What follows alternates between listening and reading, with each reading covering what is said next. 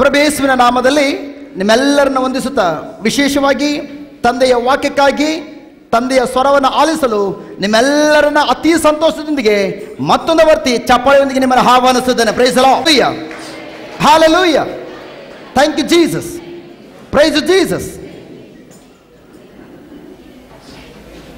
ನನ್ನ ಪ್ರೀತಿಯ ಸಹೋದರ ಸಹೋದರಿಯರೇ, ಇಂದು ಹೊಸದಾಗಿ ಬಂದಿರೋರು ಯಾರು ಇದ್ದೀರಾ ನಮ್ಮ ಮಧ್ಯದಲ್ಲಿ? ಹೊಸದಾಗಿ ಬಂದಿರೋರು ದಯವಿಟ್ಟು ಎದ್ದು ನಿಂತುಕೊಳ್ಳಿ. ಇದೇ ಫಸ್ಟ್ ಟೈಮ್ ಇಲ್ಲಿ ಬಂದಿರೋರು, ಮೊದಲನೇ ಸಲ ಬಂದಿರೋರು ದಯವಿಟ್ಟು ಎದ್ದು ನಿಂತುಕೊಳ್ಳಿ. ಎದ್ದು ನಿಂತುಕೊಳ್ಳಿ. ಇದೇ ಮೊದಲನೇ ಸಲ ಬಂದಿರೋರು ದಯವಿಟ್ಟು ಯಾರೆಲ್ಲ ಮೊದಲಿಂದ ಬರ್ತದೆ ದಯವಿಟ್ಟು ಒಂದು ಸ್ವಲ್ಪ ಹಿಂದೆ ತಿರುಗಿ ನೋಡೋಣ. ಎಷ್ಟು ಮಂದಿ ಎದ್ದು ನಿಂತಿದ್ದಾರೆ? ಗುಡ್. Just thank god. ಈ ನಮ್ಮ ಪ್ರೀತಿಯ ಸಹೋದರ ಸಹೋದರರು ಕೂಡ ನಮ್ಮ ತಂದೆಯ ಮನೆಗೆ ಇವತ್ತು ಚಪ್ಪಾಳೆಯೊಂದಿಗೆ ಆಹ್ವಾನಿಸೋಣ. ಹಲ್ಲೆಲೂಯಾ. ಈಗ ಯಾರೆಲ್ಲ ಎದ್ದು ನಿಂತಿದ್ದೀರಿ, ವಿಶೇಷವಾಗಿ ನಿಮ್ಮನ್ನು ಕೂಡ ಯೇಸು ಸ್ವಾಮಿಯೇ ನಿಮ್ಮ ಒಬ್ಬೊಬ್ಬರನ್ನ ಹೆಸರನ್ನು ಕೂಗಿ ಕರೆದು ಅವರ ಸನ್ನಿಧಿಯಲ್ಲಿ ಕರ್ಕೊಂಡು ಹೋಗ್ತಾರೆ. ಬಟ್ ಆದರೆ ಒಂದೊಂದು ಗ್ಯಾರಂಟಿ, ಇಲ್ಲಿ ಬಂದಿರುವಂತಹ ಪ್ರತಿಯೊಬ್ಬೊಬ್ಬರು ಕೂಡ ಒಂದಲ್ಲ ಒಂದು ರೀತಿಯ ಸಮಸ್ಯೆಗಳನ್ನು ಹೊತ್ಕೊಂಡು ಬಂದಿದ್ದೀರಿ. ಬಟ್ ಆದರೆ ಒಂದೊಂದು ಗ್ಯಾರಂಟಿ, ಇಂದು ಸಂಜೆ ನೀವು ಹೋಗುವಷ್ಟರಲ್ಲಿ ನಿಮ್ಮೆಲ್ಲ ಸಮಸ್ಯೆಗಳನ್ನು ಯಾವ ರೀತಿ ಕರಗಿಸ್ಕೊಳ್ಬೇಕು, ಯಾವ ರೀತಿ ಅವುಗಳನ್ನು ನಾಶಗೊಳಿಸ್ಕೊಳ್ಬೇಕೆಂಬುದಾಗಿ ಅದಕ್ಕೆ ಬೇಕಾದಂಥ ಪರಿಹಾರವನ್ನು ಇಲ್ಲಿಂದ ಕಂಡುಹಿಡ್ಕೊಂಡು ಹೋಗ್ತೀರಿ. Praise the lord. Hallelujah. Hallelujah. Thank you Jesus. ಎಲ್ಲರೂ ಕುಳಿತುಕೊಳ್ಳೋಣ.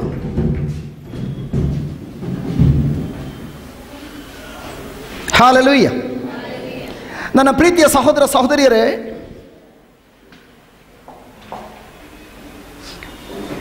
ಒಂದು ಗುಡ್ ನ್ಯೂಸ್ ಏನಂದರೆ,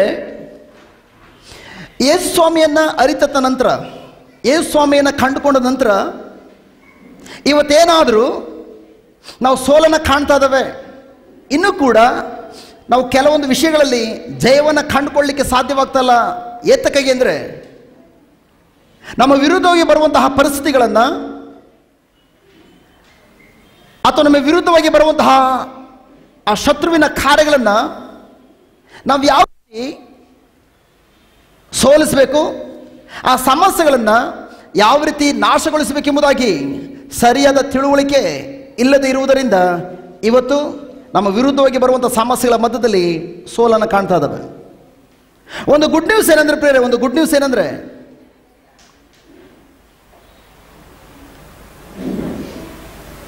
ನೀವೆಲ್ಲರೂ ಯಾವಾಗ ಯೇಸು ಸ್ವಾಮಿಯನ್ನು ಕಂಡುಕೊಂಡ್ರು, ಯಾವಾಗ ನೀವು ಯೇಸು ಸ್ವಾಮಿಯನ್ನು ನಿಮ್ಮ ಸ್ವಂತ ರಕ್ಷಕರಾಗಿ, ನಿಮ್ಮ ಪ್ರಭುವಾಗಿ, ನಿಮ್ಮ ದೇವರಾಗಿ ಸ್ವೀಕಾರ ಮಾಡಿದ್ರು, ತದನಂತರ ನೀವು ಯಾವ ಕಾರಣಕ್ಕೂ ಸೈತಾನನ ವಿರುದ್ಧವಾಗಿ ಜಯವನ್ನು ಹೊಂದಿಕೊಳ್ಳಿಕ್ಕಾಗಿ ನೀವು ಯುದ್ಧ ಮಾಡಬೇಕಾಗಿಲ್ಲ. ಇವತ್ತು ಅನೇಕ ಮಕ್ಕಳು ಹೇಳ್ತಾರೆ, ಬ್ರದರ್, ನನ್ನ ಜೀವನದಲ್ಲಿ ಸೈತಾನನು ಅನೇಕ ಸಮಸ್ಯೆಗಳನ್ನು ತಂದಿದ್ದಾನೆ, ಆ ಸಮಸ್ಯೆಗಳ ಜೊತೆಲಿ ಬ್ರದರ್ ನಾನು ಫೈಟ್ ಮಾಡ್ತಾ ಇದ್ದಾನೆ. ಬಟ್ ಆದರೆ ನಾನು ಎಷ್ಟೇ ಫೈಟ್ ಮಾಡಿದರೂ ಕೂಡ, ನಾನು ಎಷ್ಟೇ ಪ್ರಾರ್ಥನೆ ಮಾಡಿದರೂ ಕೂಡ, ನಾನು ಎಷ್ಟೇ ದೇವರ ವಾಕ್ಯವನ್ನು ಉಪಯೋಗಿಸುವಂಥ ವ್ಯಕ್ತಿಯಾಗಿದ್ದರೂ ಕೂಡ ನಾನು ಜಯವನ್ನು ಕಂಡುಕೊಳ್ಳಲಿಕ್ಕೆ ಸಾಧ್ಯವಾಗ್ತಾ ಇಲ್ಲ. ಇದಕ್ಕೆ ಉತ್ತರ ಏನು ಗೊತ್ತಾ? ಸಿಂಪಲ್. ಇದಕ್ಕೆ ಉತ್ತರ ಸಿಂಪಲ್. ಏನಂತಂದರೆ, ನಿಮ್ಮ ತಿಳುವಳಿಕೆ ತಪ್ಪಾಗಿರೋದ್ರಿಂದ. ನೀವು ಕೇಳ್ಬೋದು, ನಮ್ಮ ತಿಳುವಳಿಕೆ ಏನು ತಪ್ಪಾಗಿದೆ? ನಮ್ಮ ವಿರುದ್ಧವಾಗಿ ದುರಾತ್ಮನು ಬರುವಾಗ, ಏ ಬ್ರದರ್, ನಾವು ಅವನ ವಿರುದ್ಧವಾಗಿ ಹೋರಾಡಿ ನಾವು ಜಯವನ್ನು ಹೊಂದಿಕೊಳ್ಬೇಕಲ್ವಾ? ಆನ್ಸರ್ ಬಂದು ತಪ್ಪು, ಉತ್ತರ ಬಂದು ತಪ್ಪು. ಯಾಕೆಂದರೆ ಪ್ರಿಯರೇ, ನಾವೀಗ ಸೈತಾನನ ವಿರುದ್ಧವಾಗಿ ಹೋರಾಡಿ ನಾವು ಜಯವನ್ನು ಹೊಂದಿಕೊಳ್ಬೇಕಾಗಿಲ್ಲ. But praise be to God, ಈ ಸಮಸ್ಯೆಗಳ ಮಧ್ಯದಲ್ಲಿ ಹಾದು ಹೋಗುವಾಗ ನಮಗೋಸ್ಕರ ಯಾರು ಈಗಾಗಲೇ ಜಯವನ್ನು ಕೊಟ್ಟಿದ್ದಾರೋ ಅವರ ನಾಮವನ್ನು, ಅವರ ವಾಕ್ಯವನ್ನು ನಾವು ಮೇಲೆತ್ತುವಾಗ, ಅವರ ವಾಕ್ಯದ ಕಡೆ ಗಮನ ಕೊಟ್ಟು, ಪ್ರೈಸ್ ಬಿ ಟು ಗಾಡ್, ಅವರ ವಾಕ್ಯದ ಪ್ರಕಾರ ನೀವು ಆಲೋಚನೆ ಮಾಡಿ ಅವರ ವಾಕ್ಯ ನುಡಿಯುವಾಗ ನೀವು ಜಯವನ್ನು ಕಂಡುಕೊಳ್ಳೋದಿಲ್ಲ. ಯೇಸುವಿನ ಮೂಲಕ ನೀವು ಈಗಾಗಲೇ ಜಯವನ್ನು ಹೊಂದಿರುವ ಜಯಶಾಲಿಗಳಾಗಿದ್ದೀರಿ. ಆ ಜಯವನ್ನು ಮೇಂಟೈನ್ ಮಾಡ್ಕೊಂಡು ಹೋಗ್ತೀರಿ ಅಷ್ಟೇ. ನನ್ನನ್ನು ಮತ್ತು ನಿಮ್ಮನ್ನು ದೇವರು ಇವತ್ತು ಕರೆದಿರುವುದು ಸೈತಾನನ ವಿರುದ್ಧವಾಗಿ ಹೋರಾಡಿ ಜಯವನ್ನು ಹೊಂದಿಕೊಳ್ಳಿ ಎಂಬುದಾಗಿಲ್ಲ. ಆಲ್ರೆಡಿ ಸೈತಾನನ ವಿರುದ್ಧವಾಗಿ ಹೋರಾಡಿ ನನ್ನ ಮತ್ತು ನಿಮ್ಮ ಜಾಗದಲ್ಲಿ ನಿಂತು ಯೇಸು ಸ್ವಾಮಿ ಈಗಾಗಲೇ ನಮಗೆ ಜಯವನ್ನು ಕೊಟ್ಟು ಬಿಟ್ಟಿದ್ದಾರೆ. ಆ ಜಯವನ್ನು ಮೇಂಟೈನ್ ಮಾಡ್ಕೊಂಡು ಹೋಗುವಂಥದ್ದು ಮಾತ್ರ ನನ್ನ ಮತ್ತು ನಿಮ್ಮ ಕೆಲಸ. ಸೊ ಮತ್ತೊಂದು ರೀತಿ ಹೇಳೋದಾದರೆ, ಸಮಸ್ಯೆ ಇವತ್ತು ನಿಮ್ಮ ಜೀವನದಲ್ಲಿ ಏನೆಲ್ಲ ಬಂದಿದೆಯೋ ಆ ಸಮಸ್ಯೆಗಳನ್ನು ನೀವು ಜಯಿಸಲಿಕ್ಕಾಗಿ ಅಥವಾ ಸಮಸ್ಯೆಗಳ ವಿರುದ್ಧವಾಗಿ ಹೋರಾಡಿ ಜಯವನ್ನು ಪಡ್ಕೊಳ್ಳಿಕ್ಕಾಗಿ ನೀವು ಶ್ರಮ ಪಡಬೇಕಾಗಿಲ್ಲ. ಯೇಸು ಕೊಟ್ಟಿರುವಂಥ ಜಯವನ್ನು ಮೇಂಟೈನ್ ಮಾಡಬೇಕಾದ್ರೆ ಆ ಸಮಸ್ಯೆಗಳ ಮಧ್ಯದಲ್ಲಿ ನಾನು ಯಾವ ಕಾರಣಕ್ಕೂ ನಿನ್ನ ಕಡೆ ಗಮನ ಕೊಡೋದಿಲ್ಲ. ಬಡತನದ ದುರಾತ್ಮನೆ, ರೋಗದ ದುರಾತ್ಮನೆ, ನಾನು ನಿನ್ನ ಕಡೆ ಗಮನ ಕೊಡೋದಿಲ್ಲ. ಯಾಕೆಂದ್ರೆ ಆಲ್ರೆಡಿ ನಿನ್ನ ಕಥೆಯನ್ನು ಮುಗಿಸಿಬಿಟ್ಟಿರುವಂತಹ ನನ್ನ ಒಬ್ಬ ಹೀರೋ ಇದ್ದಾರೆ. ಆ ಹೀರೋ ಬೇರೆ ಯಾರು ಅಲ್ಲ, ಪ್ರಭು ಯೇಸು ಕ್ರಿಸ್ತರು. ಆ ಯೇಸುವಿನ ಕಡೆ ನಾನು ಗಮನ ಕೊಟ್ಟು ಯೇಸುವಿನ ನಾಮವನ್ನ ನಾನು ಮೇಲೆತ್ತಾನೆ, ಯೇಸುವಿನ ವಾಕ್ಯವನ್ನ ನಾನು ಮೇಲೆತ್ತಾನೆ. Hallelujah. Thank you, Jesus.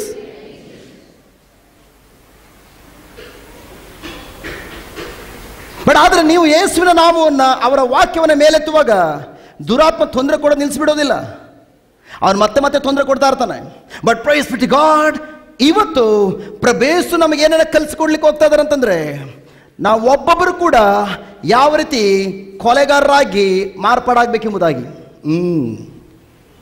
Hello, ಇವತ್ತಿನ ಟಾಪಿಕ್ ನೀವೆಲ್ಲರೂ ಹೇಗೆ ಕೊಲೆಗಾರರಾಗೋದು.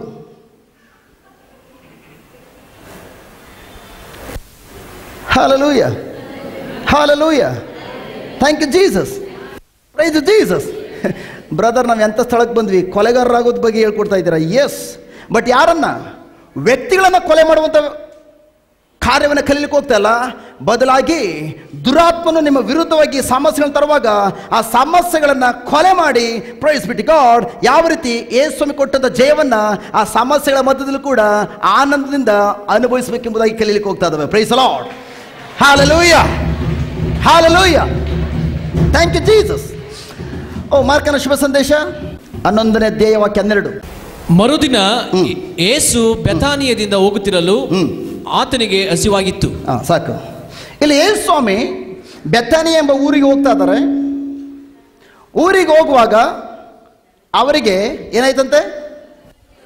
ಏನಾಯ್ತು? ಹಸಿವಾಯಿತು.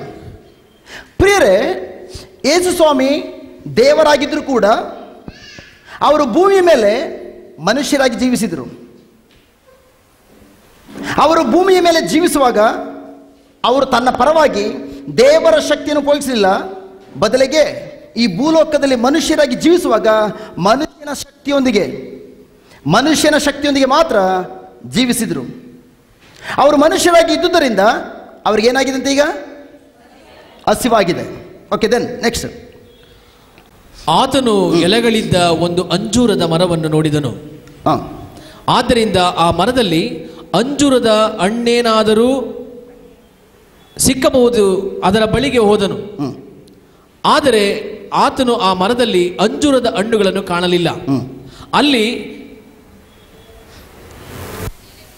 ಎಲೆಗಳು ಮಾತ್ರ ಇದ್ದವು, ಏಕೆಂದರೆ ಅದು ಅಂಜೂರದ ಹಣ್ಣಿನ ಕಾಲವಾಗಿರಲಿಲ್ಲ. ಆದ್ದರಿಂದ ಯೇಸು ಆ ಮರಕ್ಕೆ, ಇನ್ನು ಮೇಲೆ ನಿನ್ನ ಹಣ್ಣನ್ನು ಯಾರು ತಿನ್ನದಂತಾಗಲಿ ಎಂದನು. ಯೇಸುವಿನ ಶಿಷ್ಯರಿಗೂ ಈ ಮಾತು ಕೇಳಿಸಿತು. ನನ್ನ ಪ್ರೀತಿಯ ಸಹೋದರ ಸಹೋದರಿಯರೇ, ಈ 3 ವಾಕ್ಯಗಳನ್ನು ವಿಶೇಷವಾಗಿ 13 ಮತ್ತು 14 ಈ 2 ವಾಕ್ಯಗಳನ್ನು ನೋಡೋದಾದರೆ ಯಾವ ಪದ ಮತ್ತೆ ಮತ್ತೆ ರಿಪೀಟ್ ಆಗಿದೆ, ಪುನರಾವರ್ತನೆ ಆಗಿದೆ? ಯಾವ ಪದ ನೋಡಿ? ಓಕೆ, ತೆಗಿರಿ. ಆತನು ಎಲೆಗಳಿದ್ದ ಒಂದು ಅಂಜೂರದ ಮರವನ್ನು ನೋಡಿದನು. ಆದ್ದರಿಂದ ಆ ಮರದಲ್ಲಿ ಅಂಜೂರದ ಹಣ್ಣೇನಾದರೂ ಸಿಕ್ಕಬಹುದೆಂದು ಅದರ ಬಳಿಗೆ ಹೋದನು. ಆದರೆ ಆತನು ಆ ಮರದಲ್ಲಿ ಅಂಜೂರದ ಹಣ್ಣುಗಳನ್ನು ಕಾಣಲಿಲ್ಲ. ಅಲ್ಲಿ ಎಲೆಗಳು ಮಾತ್ರ ಇದ್ದವು, ಏಕೆಂದರೆ ಅದು ಅಂಜೂರದ ಹಣ್ಣಿನ ಕಾಲವಾಗಿರಲಿಲ್ಲ. ಆದ್ದರಿಂದ ಯೇಸು ಆ ಮರಕ್ಕೆ, ಇನ್ನು ಮೇಲೆ ನಿನ್ನ ಹಣ್ಣನ್ನು ಯಾರು ತಿನ್ನದಂತಾಗಲಿ ಎಂದನು. ಯೇಸುವಿನ ಶಿಷ್ಯರಿಗೂ ಈ ಮಾತು ಕೇಳಿಸಿತು. ಯಾವುದ್ರ ಬಗ್ಗೆ ಪ್ರಿಯರೇ? ಪದೇ ಪದೇ ಪದೇ ಪದೇ ಪದೇ ಪದೇ ಹೆಚ್ಚಿಗೆ ಪುನರಾವರ್ತನೆ ಆಗಿದೆ. ಯಾವ ಪದ?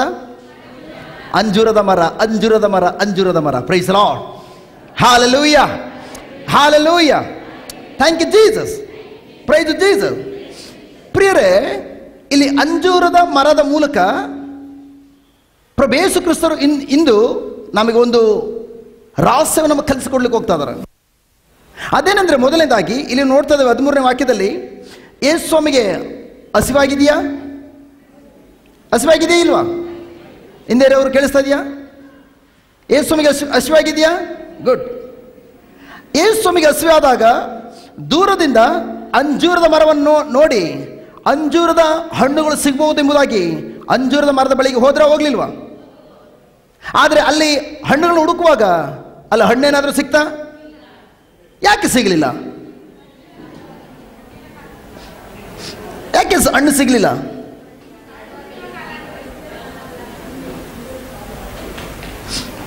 ಯಾಕೆ ಸಿಗಲಿಲ್ಲ?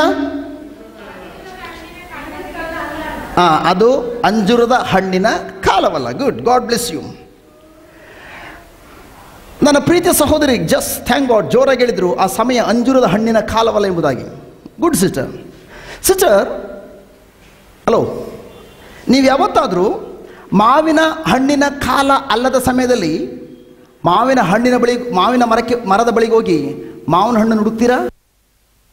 ಹಾಗಾದರೆ ಯೇಸುವಿಗಿಂತ ನೀವು ಎಷ್ಟು ಬುದ್ಧಿವಂತರು.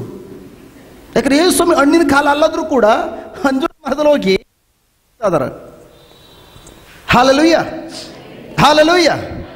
Correct sister, teacher, just HD ಕೊಟ್ಟಿರೋ ಕೇಳೋಣ ಫಸ್ಟ್. ನೀವು ಯಾವಾಗಲಾದರೂ ಮಾವಿನ ಹಣ್ಣಿನ ಸಮಯ ಅಲ್ಲದಿರುವಂಥ ಸಂದರ್ಭದಲ್ಲಿ ಮಾವಿನ ಮರದ ಬಳಿಗೆ ಹೋಗಿ ಮಾವಿನ ಹಣ್ಣನ್ನು ಹುಡುಕ್ತೀರಾ? Thank god. ಹಾಗಾದ್ರೆ ಯೇಸುವಿಗಿಂತ ನೀವು ಬುದ್ಧಿವಂತರು.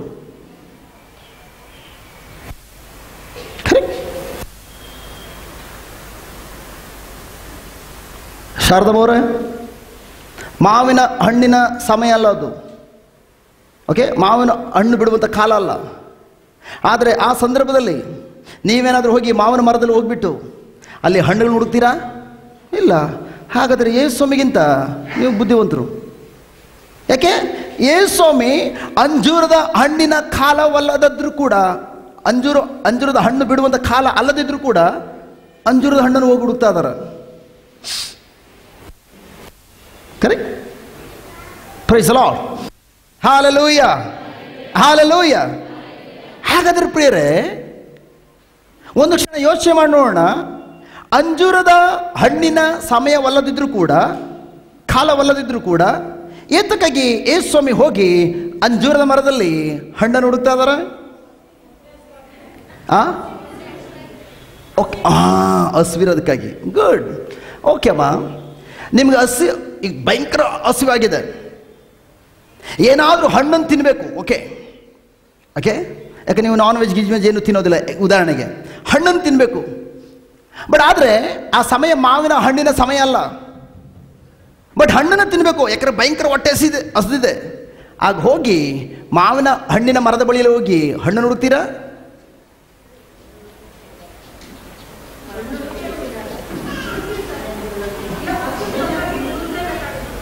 ಮಾವಿನ ಕಾಲ ಅಲ್ಲ ಅದು, ಹಣ್ಣು ಬಿಡುವ ಕಾಲ ಅಲ್ಲ, ಬರೀ ಚಿಗುರು ಬಿಟ್ಟಿದೆ. ಯಾರು ಅವ್ರ ಪಕ್ಷಕ್ಕೆ ಹೋಗ್ತೀರಿ? ಅದು ಮಾವಿನ ಹಣ್ಣು ಬಿಡುವ ಸಮಯ ಅಲ್ಲ, ಬರೀ ಎಲೆ ಬಿಡುವ ಸಮಯ. ಆ ಸಮಯದಲ್ಲಿ ಹೋಗಿ ನಿಮ್ಗೆ ಎಷ್ಟೇ ಹೊಟ್ಟೆ ಹಸ್ತಿದ್ರು ಕೂಡ ಮಾವಿನ ಹಣ್ಣನ್ನು ಹುಡುಕ್ತೀರ ಮರದಲ್ಲಿ ಹೋಗಿ? ಇವನ್ ಕಾಯಿ ಕೂಡ ಹುಡ್ಕೋದಿಲ್ಲ, ಯಾಕೆ ಇನ್ನೂ ಕೂಡ ಕಾಯಿ ಬಿಟ್ಟಿಲ್ಲ. ಬಟ್ ಆದರೆ ಯೇಸುಸ್ವಾಮಿ ಏತಕ್ಕಾಗಿ ಮತ್ತೆ ಅಂಜೂರದ ಹಣ್ಣಿನ ಕಾಲವಲ್ಲದಿದ್ರೂ ಕೂಡ, ಹಣ್ಣು ಬಿಡುವಂಥ ಸಮಯ ಅಲ್ಲದಿದ್ರೂ ಕೂಡ ಏತಕ್ಕಾಗಿ ಹೋಗಿ ಯೇಸುಸ್ವಾಮಿ ಆ ಮರದಲ್ಲಿ ಹಣ್ಣನ್ನು ಹುಡುಕ್ತಾ ಇದ್ದಾರೆ?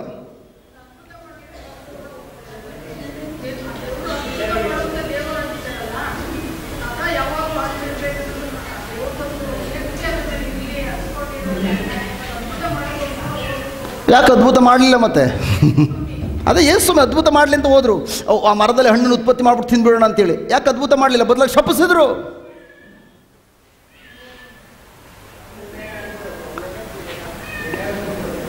Hallelujah, hallelujah. Thank you Jesus. ಪ್ರಿಯರೇ, ಎಲ್ಲ ಮರಗಳಿಗಿಂತಲೂ ಅಂಜೂರದ ಮರದ ವಿಶೇಷತೆ ಅದು ನೀವು ತಿಳ್ಕೊಂಡಾಗ ಮಾತ್ರ ಈ ಒಂದು ಕಾರ್ಯ ಅರ್ಥ ಆಗಲಿಕ್ಕೆ ಸಾಧ್ಯ. ಅಂಜೂರ ಮರದ ಒಂದು ಸ್ವಭಾವ, ಅದೊಂದು ವಿಶೇಷತೆ. ಅದೇನಂತಂದರೆ, ದೇವರು ಆ ಮರಕ್ಕೆ ಸೃಷ್ಟಿ ಮಾಡುವಾಗ, ಯಾರು ಸೃಷ್ಟಿಕರ್ತರು? ಪ್ರಭು ಯೇಸು ಕ್ರಿಸ್ತರು. ಅದನ್ನು ಸೃಷ್ಟಿ ಮಾಡುವಾಗಲೇ ವಿಶೇಷವಾದಂಥ ಒಂದು ಗುಣದೊಂದಿಗೆ ಅದನ್ನು ಸೃಷ್ಟಿ ಮಾಡಿದ್ದಾರೆ. ಅದೇನೆಂದರೆ, ಆ ಗಿಡವನ್ನು ನೀವು ನೋಡುವಾಗ ಅದರ ಸಂಪೂರ್ಣವಾಗಿ ಒಣಗಿ ಹೋದ ರೀತಿಯಲ್ಲಿ ಅದರ ಮರದಲ್ಲಿ ಒಂದೊಂದು ಚಿಕ್ಕ ಎಲೆನೂ ಕೂಡ ಇರೋದಿಲ್ಲ. ನೋಡಿದ್ರೆ ಎಲ್ಲೋ ಮರ ಒಣಗೋಗಿದೆ ಎಂಬುದಾಗಿ ಹೇಳಬೇಕು. ಆ ರೀತಿ ಇರುವಾಗ ಅದು ಹಣ್ಣಿನ ಸಮಯ ಅಲ್ಲ, ಹಣ್ಣು ಬಿಡುವ ಸಮಯ ಅಲ್ಲ. ಆದರೆ ಯಾವಾಗ ಅಂಜೂರದ ಮರ ಎಲೆಗಳನ್ನು ಬಿಡುತ್ತದೋ, ಎಲೆ ತೊಟ್ಟಿನ ಬಳಿಯಲ್ಲೇ ಅದ್ರ ಜೊತೆನೆ ಅದರ ಅಂಜೂರದ ಹಣ್ಣು ಕೂಡ ಉತ್ಪತ್ತಿಯಾಗೋ ಸಮಯ. ಎಲೆ ಯಾವ ರೀತಿ ದೊಡ್ಡದಾಗ್ತದೋ ಅದೇ ರೀತಿ ಅಂಜೂರದ ಹಣ್ಣು ಕೂಡ ದೊಡ್ಡ ಆಗಿ ಎಲೆ ತುಂಬಿರುವಾಗ ಅದರ ಸಂಕೇತ ಏನಂದ್ರೆ ಹಣ್ಣು ಕೂಡ ಅದರಲ್ಲಿದೆ ಎಂಬುದಾಗಿ ಅದರ ಸಂಕೇತ. ಅದೊಂದು ಮರದ ವಿಶೇಷತೆ. ಎಲೆ ಫುಲ್ ಕವರ್ ಆಗಿತ್ತ, ಪ್ರೈಸ್ ಬಿಟ್ಟು ಗಾಡ್, ಅದರಲ್ಲಿ ಹಣ್ಣುಗಳಿರಲೇಬೇಕು. ಅದಾಗಿದೆ ಅಂಜೂರದ ಮರದ ವಿಶೇಷತೆ. ಇಲ್ಲಿ ನಾವು ನೋಡ್ತಾ ಇದ್ದೇವೆ, ಯಾಕೆಂದ್ರೆ ಎಲೆಗಳು ಬರುವಾಗಲೇ ಹಣ್ಣುಗಳು ಕೂಡ ಅದ್ರ ಜೊತೆನೆ ಬರ್ತವೆ. ಇಲ್ಲಿ 13ನೇ ವಾಕ್ಯದಲ್ಲಿ ನೋಡ್ತೇವೆ, ಅಲ್ಲಿ ವಾಕ್ಯ ಹೇಳ್ತದೆ, ಆತನು 13 ಎಲೆಗಳಿಲ್ಲದ ಮರವನ್ನು ನೋಡಲಿಲ್ಲ, ಎಲೆಗಳಿದ್ದ ಒಂದು ಅಂಜೂರದ ಮರವನ್ನು ನೋಡಿದನು. ನಾನು ನಿನ್ನನ್ನು ಸೃಷ್ಟಿ ಮಾಡುವಂಥ ಸೃಷ್ಟಿಕರ್ತ, ನಾನು ಗೊತ್ತಿದೆ ನಿನ್ನನ್ನು ಯಾವ ಗುಣದೊಂದಿಗೆ ಸೃಷ್ಟಿ ಮಾಡಿದ್ದೇನೆ, ಯಾವ ಸ್ವಭಾವದೊಂದಿಗೆ, ಯಾವ ವಿಶೇಷತೆಯೊಂದಿಗೆ ನಾನು ಸೃಷ್ಟಿ ಮಾಡಿದ್ದೇನೆ, ನಾನು ಚೆನ್ನಾಗಿ ಗೊತ್ತು.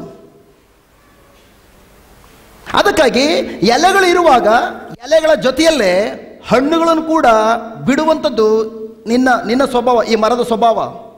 ಅದಕ್ಕಾಗಿ ಸ್ವಾಮಿ ಅಂಜೂರದ ಮರವನ್ನು ನೋಡಿ ಆ ಮರದಲ್ಲಿ ಹಣ್ಣು ಸಿಗಬಹುದೆಂಬುದಾಗಿ ಅದರ ಬಳಿಗೆ ಹೋದರು.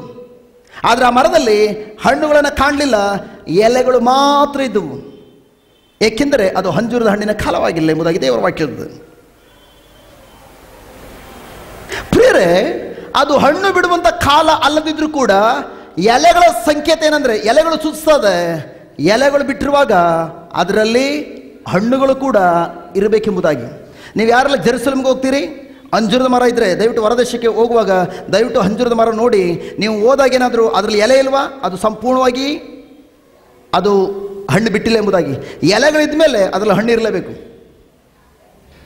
ಸಿಸ್ಟರ್ ಸದ್ಯದಲ್ಲಿ ಮೋಹನ ಸಿಸ್ಟರ್ ಹೋಗ್ತಾ ಇದ್ದೀರಿ, ದಯವಿಟ್ಟು ನೋಡ್ಕೊಂಡು ಫೋಟೋ ಗಿಟ್ಟು ತೆಗೆದುಕೊಂಡು ಬನ್ನಿ. ನಮ್ಮ ಹಸ್ಬೆಂಡ್ ಹೇಳ್ತಾ ಇದ್ದಾರೆ ಜೆರುಸಲೇಮ್ಗೆ ಹೋಗ್ತೀವಿ ಎಂಬುದಾಗಿ. ಗುಡ್,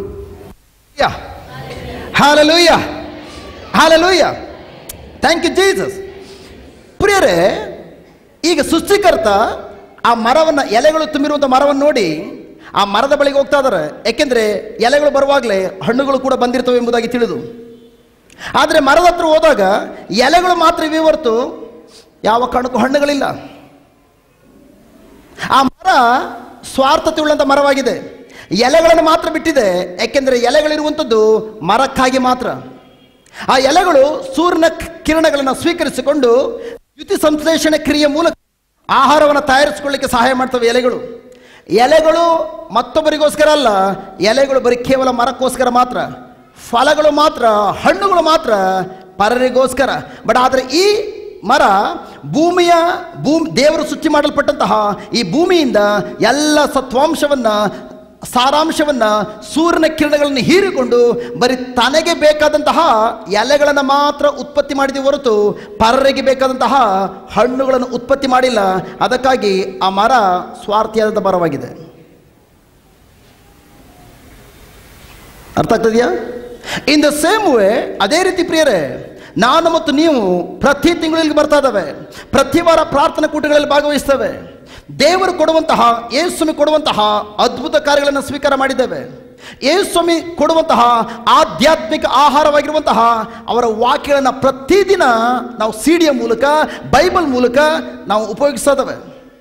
ಆದರೆ ನೀವು ಕೇವಲ ಜಸ್ಟ್ ನಿಮಗೋಸ್ಕರ ಮಾತ್ರ ಜೀವಿಸಿದ್ರೆ, ನಿಮಗೆ ಪ್ರಾರ್ಥನೆ ಗೊತ್ತು, ನಿಮಗೋಸ್ಕರ ಮಾತ್ರ ಮಾಡ್ಕೊಂಡು ಕುಳಿತುಕೊಂಡ್ರೆ, ನಿಮಗೆ ಪ್ರೇಯರ್ ಇವತ್ತು ಧ್ಯಾನ ಕೂಟಿದೆ ಎಂಬುದಾಗಿ ಗೊತ್ತು, ನೀವು ಒಬ್ಬರೇ ಬರೋದಾದರೆ ಎಲೆಗಳು ತುಂಬಿರುವಂತಹ ಅಂಜೂರದ ಮರದ ರೀತಿಯಲ್ಲಿ, ಸ್ವಾರ್ಥದ ಮರದ ರೀತಿಯಲ್ಲಿ ನಿಮ್ಮ ಜೀವನ ಪೂರ್ತಿ ನೀವು ಜೀವಿಸಬೇಕಾಗ್ತದೆ. ಎಲೆಗಳು ಮರಕ್ಕೋಸ್ಕರ ಮಾತ್ರ, ಹಣ್ಣುಗಳು ಪರರಿಗೋಸ್ಕರ. ನಮ್ಮನ್ನು ಪರೀಕ್ಷೆ ಮಾಡ್ಕೊಳ್ಳೋ ಪ್ರೇರೆ, ಇಷ್ಟು ವರ್ಷ ನಾನು ಪ್ರಾರ್ಥನೆ ಕೂಟಕ್ಕೆ ಬರ್ತಾ ಇದ್ದಾನೆ, ಇಷ್ಟು ತಿಂಗಳುಗಳಿಂದ ಪ್ರಾರ್ಥನೆ ಕೂಟಕ್ಕೆ ಬರ್ತಾ ಇದ್ದಾನೆ, ನನ್ನಿಂದ ಹೊರಹೊಮ್ಮಿಸುವಂಥ ಫಲಗಳನ್ನು ಎಷ್ಟು ಮಂದಿ ಕೊಟ್ಟು ಆ ಮಕ್ಕಳನ್ನು ಕೂಡ ನನ್ನನ್ನು ಫಲ ಬಿಡುವಂಥ ಮರವಾಗಿ ಮಾರ್ಪಡಿಸಿರುವಂತಹ ಯೇಸುವಿನ ಬಳಿಗೆ ನಾವು ಕರ್ಕೊಂಡು ಬಂದಿದ್ದೇವೆ.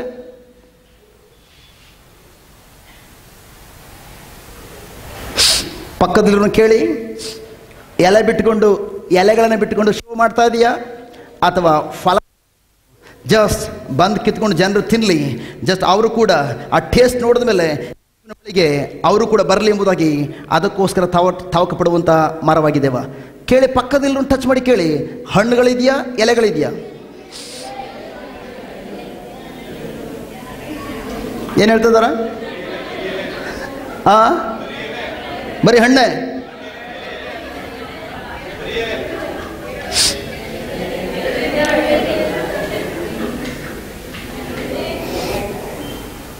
Hallelujah, hallelujah. ಯಾರೆಲ್ಲ ಹಣ್ಣುಗಳಿವೆ, ಎಲೆಗಳಿವೆ, ಒಂದು ಕ್ಯಾಟಗರಿ. ಇನ್ನು ಕೆಲವರು ಎಲೆಗಳು ಮಾತ್ರ, ಇನ್ನು ಕೆಲವರು ಹಣ್ಣುಗಳು ಮಾತ್ರ. ಯಾರು ಹಣ್ಣುಗಳಿವೆ ಎಂಬುದಾಗಿ ಹೇಳ್ತೀರಿ, ಖಂಡಿತ ಹೋಗಿ ಮತ್ತೊಂದು ಸಾರಿ ನೀವು ಪಾಪ ವಿಜ್ಞಾಪನೆ ಮಾಡಬೇಕಾಗ್ತದೆ. ಹೇ ನನ್ನ ಪ್ರೀತಿಯ ಸಹೋದರ ಸಹೋದರಿಯರೇ, ನೀವು ಹಣ್ಣುಗಳು ಬಿಡುವಾಗ 100% ಗ್ಯಾರಂಟಿ ಜನರು ಬಂದು ನಿಮ್ಗೆ ಕಲ್ಲು ಹೊಡಿತಾರೆ. ಕರೆಕ್ಟ್? ಹಲೋ, ನಾವು ಯಾತಕ್ಕೆ ಈ ಮರಕ್ಕೆ ಕಲ್ಲು ಹೊಡಿತೇವೆ? ಎಲೆಗಳು ಬೆಳ್ಳಿ ಅಂತನಾ? ಹಣ್ಣುಗಳು ಬೆಳ್ಳಿ ಎಂಬುದಾಗಿ. ಜನಗಳು ಬಂದು ನಮ್ಮ ವಿರುದ್ಧವಾಗಿ ಯಾಕೆ ಕಲ್ಲುಗಳೆಂಬ ನುಡಿಗಳನ್ನು ಹೊಡಿತಾರೆ? ಯಾಕೆ? ನನ್ನಲ್ಲಿರುವಂತಹ, ನನ್ನ ಒಳಗಡೆಯಿಂದ ಬರುವಂತಹ, ನನ್ನ ಬಾಯಿಂದ ಬರುವಂಥ ಪ್ರೀತಿಯ ನುಡಿಗಳನ್ನು, ಆ ಪ್ರೀತಿಯ ಫಲಗಳನ್ನು ಟೇಸ್ಟ್ ನೋಡ್ಲಿಕ್ಕಾಗಿ. ಬಟ್ ನಾವೇನು ಮಾಡ್ತೇವೆ? ಆ ಕಲ್ಲನ್ನು ಕ್ಯಾಚ್ ಇಟ್ಕೊಂಡು ನನ್ನ ಜೇಬಲ್ಲಿ ಇನ್ನೊಂದು ಕಲ್ಲು ತೆಗೆದು ಬಾಯಲ್ಲಿ ಹಾಕೊಂಡು ಕರೆಕ್ಟ್.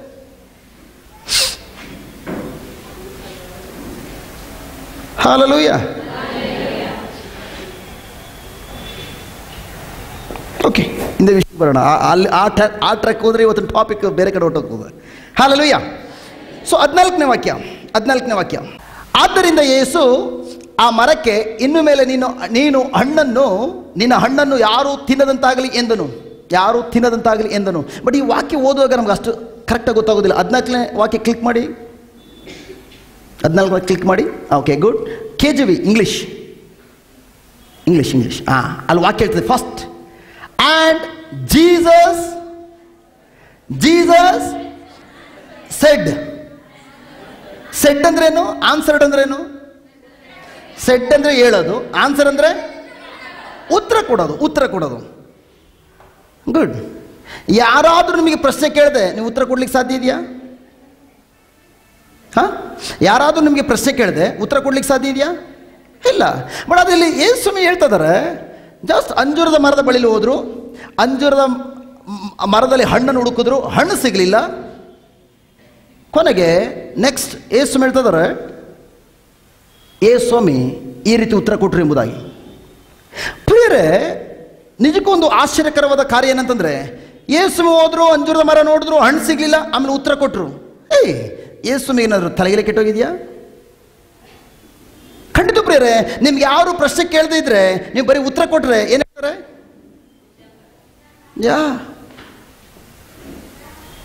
ಬಟ್ ಆದ್ರೆ ಇಲ್ಲಿ ವಾಕ್ಯ ಹೇಳ್ತದೆ, ಸ್ವಾಮಿ ಆ ಮರಕ್ಕೆ ಹೇಳಲಿಲ್ಲ ಅಥವಾ ಮರಕ್ಕೆ ನುಡಿಲಿಲ್ಲ, ಮರಕ್ಕೆ ಈ ರೀತಿ ಉತ್ತರ ಕೊಟ್ಟರು.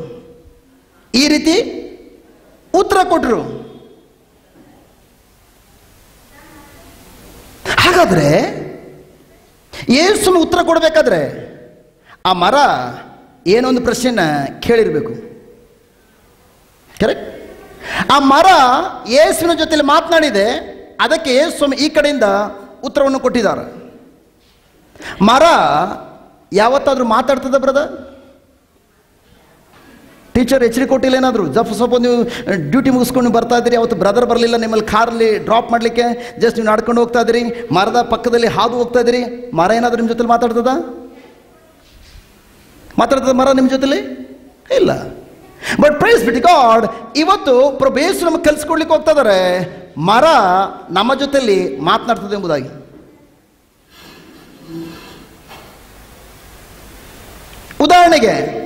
ಉದಾಹರಣೆಗೆ ನಿಮ್ಮ ಮನೆಯಲ್ಲಿ ಎಲೆಕ್ಟ್ರಿಕ್ ಬಿಲ್ ಕಟ್ಟಿ 2 ತಿಂಗಳಾಗಿದೆ. ಆ ಎಲೆಕ್ಟ್ರಿಕ್ ಬಿಲ್ ನಿಮ್ಮ ಜೊತೆಲಿ ಮಾತನಾಡ್ತದ ಕಟ್ಟದೆ ಹೋದ್ರೆ? ಮಾತಾಡಲ್ಲ. ಎಲೆಕ್ಟ್ರಿಕ್ ಬಿಲ್ ನಿಮ್ಮ ಮನೇಲಿದೆ, ತಿಂಗಳು ಈ ತಿಂಗಳು ಸೇರಿಸಿ ಸಪೋಸ್ 1,000 ರೂಪಾಯಿ ಬಿಲ್ ಬಂದಿದೆ. ಆ ಚೀಟಿನ ಟಿ ವಿ ಸ್ಟ್ಯಾಂಡ್ ಮೇಲೆ ಇಟ್ಟಿದ್ದೀರಿ. ನೀವು ಅದ್ರ ಮುಂದೆ ಹೋಗಿ ನಿಂತ್ಕೊಳ್ಳುವಾಗ ಅದು ನಿಮ್ಮ ಜೊತೆಲಿ ಮಾತಾಡಲ್ವಾ?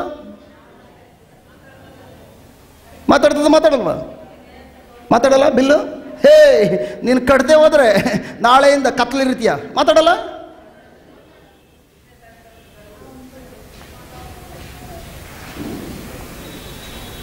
ನೀವು ಡಾಕ್ಟರ್ ಬಳಿಗೆ ಹೋದ್ರಿ, ಡಾಕ್ಟರ್ ಬ್ಲಡ್ ಟೆಸ್ಟ್ಗೆ ಬರ್ಕೊಟ್ರು, ರಕ್ತವನ್ನು ಪರೀಕ್ಷೆ ಮಾಡ್ಕೊಂಡು ಬನ್ನಿ ಅಂತೇಳಿ. ಪಕ್ಕದ ಲ್ಯಾಬೊರೇಟರಿ ತೆಗೆದುಕೊಂಡು ಹೋದ್ರಿ, ರಕ್ತ ಪರೀಕ್ಷೆ ಮಾಡಿದ್ರಿ, ರಕ್ತ ಪರೀಕ್ಷೆ ಮಾಡಿ ಡಾಕ್ಟರ್ ಬಳಿಗೆ ತಂದು ಕೊಟ್ರಿ.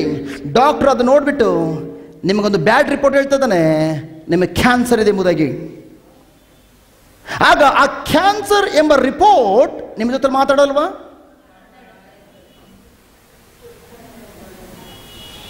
ಮಾತಾಡಲ್ವಾ?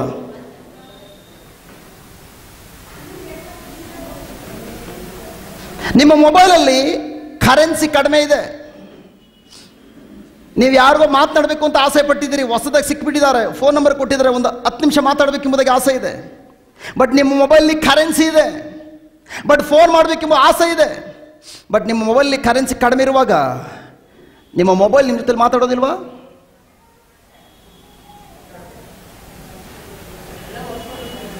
ಹಾಗಾದರೆ ಮರ ನಿಮ್ಮ ಜೊತೆಲಿ ಮಾತಾಡೋದಿಲ್ವಾ?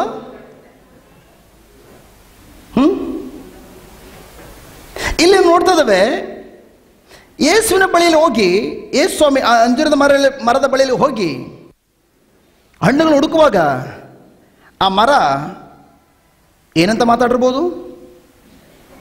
ನಮ್ಮ ಜೀವನದಲ್ಲೂ ಕೂಡ ಪ್ರಿಯರೇ, ಸಮಸ್ಯೆಗಳು ನಮ್ಮ ಜೀವನದಲ್ಲಿ ಬರುವಾಗ, ಸಮಸ್ಯೆಗಳು ಯಾರು ಬಂದು ನಮ್ಮ ಬಳಿಯಲ್ಲಿ ಸಮಸ್ಯೆ ಹೇಳಬೇಕಾಗಿಲ್ಲ, ನಾವು ನಿಂತ್ಕೊಳ್ಳಿ, ಆ ಸಮಸ್ಯೆಗಳನ್ನು ನಾವು ಮಾತನಾಡುವಂತ ಕೇಳದೆ ಹೋದ್ರೂ ಕೂಡ ಆ ಸಮಸ್ಯೆಗಳು ನಮ್ಮ ಮನಸ್ಸಲ್ಲಿ ಮಾತಾಡಲಿಕ್ಕೆ ಪ್ರಾರಂಭಿಸ್ತವೆ. ಕರೆಕ್ಟ್?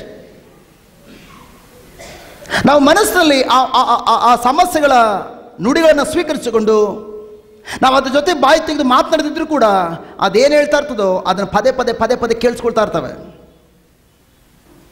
ಹೌದಾ? ಸಪೋಸ್ ನಾವು ಯಾವುದಾದ್ರೂ ನಮ್ಮ ಮಕ್ಕಳನ್ನು ನೋಡಿಬಿಟ್ಟು, ನೀನು ಏನಕ್ಕೂ ಪ್ರಯೋಜನ ಇಲ್ಲ, ನೀನು ದಡ್ಡನ ಮಗ, ಎಮ್ಮೆ ಕಾಯಕ್ಕೆ ಮಾತ್ರ ಲಾಯಕ್ಕಾಗಿದೆಯಾ, ಕತ್ತೆ ಕಾಯ್ಲಿಕ್ಕೆ ಮಾತ್ರ ಲಾಯಕ್ಕಾಗಿದೆಯಾ, ನಿನ್ನಿಂದ ಏನೂ ಪ್ರಯೋಜನ ಇಲ್ಲ, ಈ ರೀತಿ ನುಡಿಗಳು ನುಡಿಯುವಾಗ ಆ ನುಡಿಗಳು ಆ ಮಗುವಿನ ಮನಸ್ಸಿನಲ್ಲಿ ನೀವು ಮಾತನಾಡಿ ಎಷ್ಟೋ ದಿನಗಳು ಕಳೆದಿರ್ಬೋದು.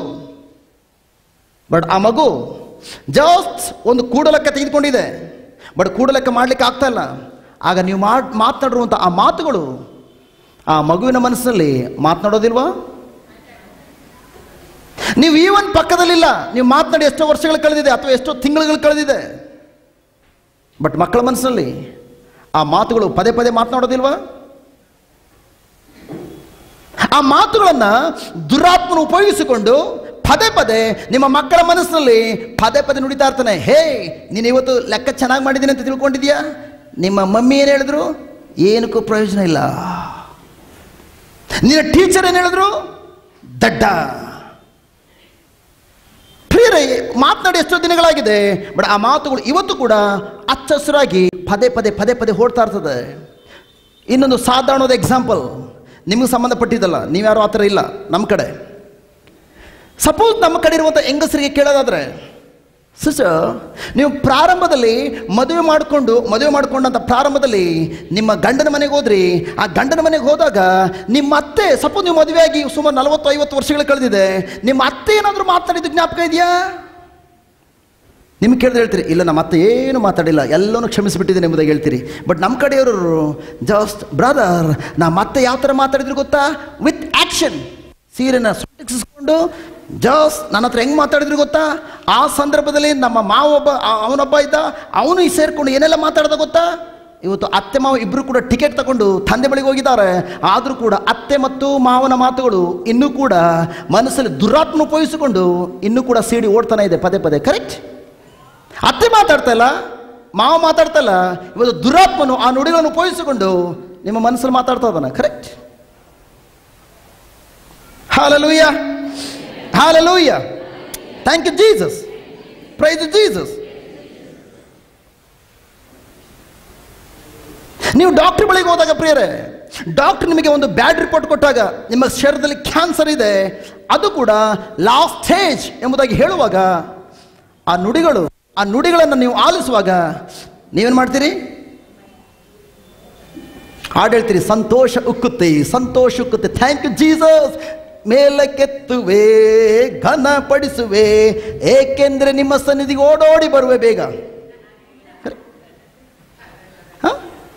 ಜೀಸಸ್, ಈ ಕ್ವಾಟ್ಲೆ ಯಾಕೆ ಬೇಕು? ಈ ಲೋಕದಲ್ಲಿ ಯಾಕೆ ಈ ಜಂಜಾಟ ಬೇಕು? ಆದಷ್ಟು ಬೇಗ ನನಗೆ ಜಸ್ಟ್ ನಿಮ್ಮ ಬಳಿಗೆ ಬರಲಿಕ್ಕೆ ಒಂದು ಅವಕಾಶ ಕೊಟ್ಟರಲ್ಲ, thank you Jesus, praise Jesus, hallelujah. ಮೇಲಕ್ಕೆ ಬರ್ತಾ ಇದ್ದಾನೆ, ಮೇಲಕ್ಕೆತ್ತಾ ಇದ್ದಾನೆ. ಕರೆಕ್ಟ್? ಏನು ಮಾಡ್ತೀರಿ? ಸ್ತುತಿಸ್ತೀರಾ ಅಥವಾ ಅಳ್ತೀರಾ?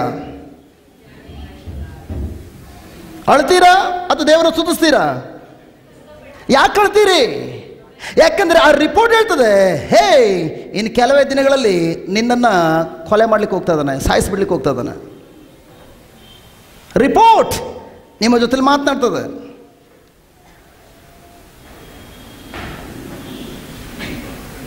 ನನ್ನ ಪ್ರೀತಿಯ ಸಹೋದರ ಸಹೋದರಿಯರೇ, ಆ ಸಮಸ್ಯೆ ನಿಮ್ಮ ಜೊತೆಲಿ ಮಾತನಾಡುವಾಗ, ಆ ಸಮಸ್ಯೆಗಳು ನಿಮ್ಮ ಮನಸ್ಸಲ್ಲಿ ಮಾತನಾಡುವ ಸಂದರ್ಭದಲ್ಲಿ ನೀವು ಬಾಯಿ ಮುಚ್ಚಿಕೊಂಡು ಕುಳಿತುಕೊಂಡಿರುವಂಥ ಕ್ರೈಸ್ತ ಮಕ್ಕಳಾಗಿದ್ದೀರಿ.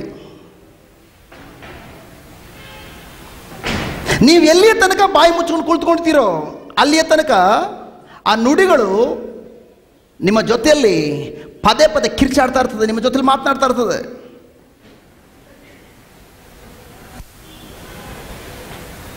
ಯಾಕೆಂದ್ರೆ ಆ ರಿಪೋರ್ಟ್ ನಿಮ್ಮ ಕಣ್ಮುಂದೆ ನೀವು ನೋಡುವಾಗ, ಆ ರಿಪೋರ್ಟ್ ನಿಮ್ಮ ಜೊತೆಲಿ ಕಣ್ಮುಂದೆನೇ ನಿಮ್ಮ ಜೊತೆಲಿ ಮಾತನಾಡ್ತದೆ. ರಾತ್ರಿ ಮಲಗಿದಾಗಲೂ ಅಷ್ಟೇ, ರಿಪೋರ್ಟ್ ಇಲ್ಲದಿದ್ರೂ ಕೂಡ ನಿಮ್ಮ ಮನಸ್ಸಿನಲ್ಲಿ ಅದೇ ನುಡಿಗಳು ಪದೇ ಪದೇ ನಿಮ್ಮ ಜೊತೆಲಿ ಮಾತನಾಡ್ತಾ ಇರ್ತದೆ. ಯಾವಾಗ ಆತ ನುಡಿಗಳನ್ನು ನೀವು ಪದೇ ಪದೇ ಕೇಳ್ತಾ ಇರ್ತೀರಿ, ತದನಂತರ ನಿಮ್ಮ ಮನಸ್ಸು ಚಿಂತೆಗೆ ಒಳಗಾಗ್ತದೆ. ಕರೆಕ್ಟ್? ನಿಮ್ಮ ಜೀವನದಲ್ಲಿ ಅಟ್ಲೀಸ್ಟ್ ಒಂದ್ಸಲ ಆದರೂ ಚಿಂತೆಗೆ ಒಳಗಾಗಿದ್ದೀರಾ? ಹಲೋ, ನಿಮ್ಮ ಜೀವನದಲ್ಲಿ ಒಂದ್ಸಲ ಆದರೂ ಚಿಂತೆಗೆ ಒಳಗಾಗಿದ್ದೀರಾ?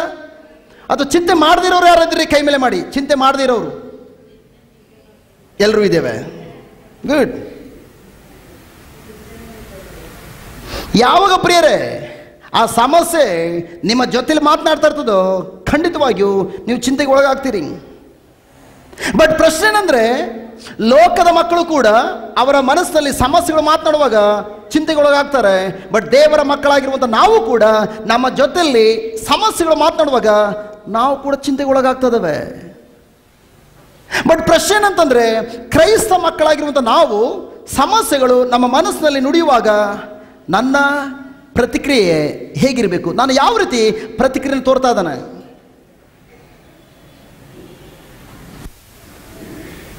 ಆ ಸಮಸ್ಯೆಗಳು ಬಂದು ನಿಮ್ಮ ಮನಸ್ಸಿನಲ್ಲಿ ಪದೇ ಪದೇ ನುಡಿಯುವಾಗ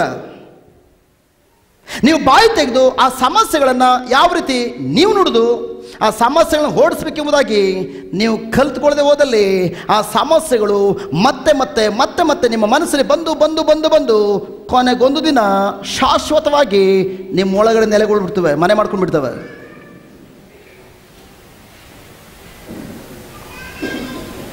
ಆ ಸಮಸ್ಯೆಗಳು ಪ್ರಿಯರೇ ಪದೇ ಪದೇ ನಿಮ್ಮ ಮನಸ್ಸಲ್ಲಿ ಬಂದು ನಿಮ್ಮ ಜೊತೆ ಮಾತನಾಡುವಾಗ ನೀವು ಬಾಯಿ ಮುಚ್ಕೊಳ್ಳೋದು ಮಾತ್ರವಲ್ಲ, ನಿಮ್ಮ ಕಣ್ಣಲ್ಲಿ ಆಟೋಮೆಟಿಕ್ ಆಗಿ ನೀರು ಬರ್ತದೆ, ಅಳಲಿಕ್ಕೆ ಪ್ರಾರಂಭಿಸ್ತೀರಿ.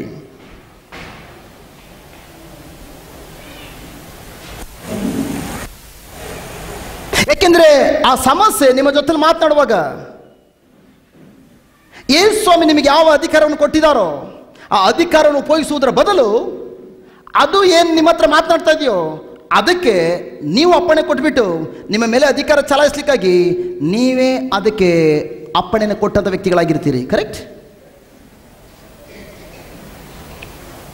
ಯಾಕೆಂದ್ರೆ ಯೇಸು ಸ್ವಾಮಿ ನಮಗೆ ಕೊಟ್ಟಿರುವಂಥ ಅಧಿಕಾರ ಏನು? ಎಲ್ಲದರ ಮೇಲೆ ಅಧಿಕಾರವನ್ನು ಚಲಾಯಿಸಿ ಸರ್ಪಗಳನ್ನು ಚೇಳುಗಳನ್ನು ತುಳಿಯುವುದಕ್ಕೂ ಶತ್ರುವಿನ ಸಮಸ್ತ ಶಕ್ತಿಯನ್ನ, ನಿಮ್ಮ ಶತ್ರು ದುರಾತ್ಮ ಯಾವುದೇ ಸಮಸ್ಯೆಗಳನ್ನು ಯಾವುದೇ ಶಕ್ತಿಯನ್ನು ಉಪಯೋಗಿಸಿಕೊಂಡು ನಿಮ್ಮ ಜೀವನದಲ್ಲಿ ಪ್ರವೇಶಿಸಬಹುದು. But praise be to God, ಯೇಸು ಸ್ವಾಮಿ ನಮಗೆ ಅಧಿಕಾರ ಕೊಟ್ಟಿದ್ದಾರೆ. ಶತ್ರುವಿನ ಸಮಸ್ತ ಶಕ್ತಿಯನ್ನು ಜಯಿಸುವುದಕ್ಕೆ ನಮಗೆ ಅಧಿಕಾರ ಮತ್ತು ಶಕ್ತಿಯನ್ನು ಕೊಟ್ಟಿದ್ದಾರೆ. ಬಟ್ ಆದರೆ ಸಮಸ್ಯೆಗಳು ನಮ್ಮ ಮನಸ್ಸಲ್ಲಿ ಬಂದು ಪದೇ ಪದೇ ಕಿರ್ಚಾಡುವಾಗ, ಪದೇ ನುಡಿಯುವಾಗ ನಾವು ಬಾಯಿ ಮುಚ್ಚಿಕೊಂಡು ಕುಳಿತುಕೊಂಡಿದ್ದೇವೆ, ಅಳ್ತಾ ಇದ್ದೇವೆ. ಯೇಸು ಕೊಟ್ಟಂಥ ಅಧಿಕಾರವನ್ನು ನಾವು ಯಾವ ರೀತಿ ಉಪಯೋಗಿಸಬೇಕೆಂಬುದಾಗಿ ನಾವು ತಿಳ್ಕೊಂಡಿಲ್ಲ, ಇನ್ನೂ ಕೂಡ ತಿಳ್ಕೊಂಡಿಲ್ಲ. ನೀವು ಯಾವಾಗ ಪ್ರಿಯರೇ ಆ ಸಮಸ್ಯೆಗಳು ಬಂದು ನಿಮ್ಮ ಮನಸ್ಸಲ್ಲಿ ನುಡಿಯುವಾಗ ನೀವು ಬಾಯಿ ಮುಚ್ಚಿಕೊಂಡು ಕುಳಿತುಕೊಳ್ತೀರಿ, ಆಗ ಬೇರೆ ಏನೂ ಅಲ್ಲ, ನೀವು ಆಲ್ರೆಡಿ ದುರಾತ್ಮನಿಗೆ ನೀವು ಅಪ್ಪಣೆ ಕೊಟ್ಟಿದ್ದೀರಿ.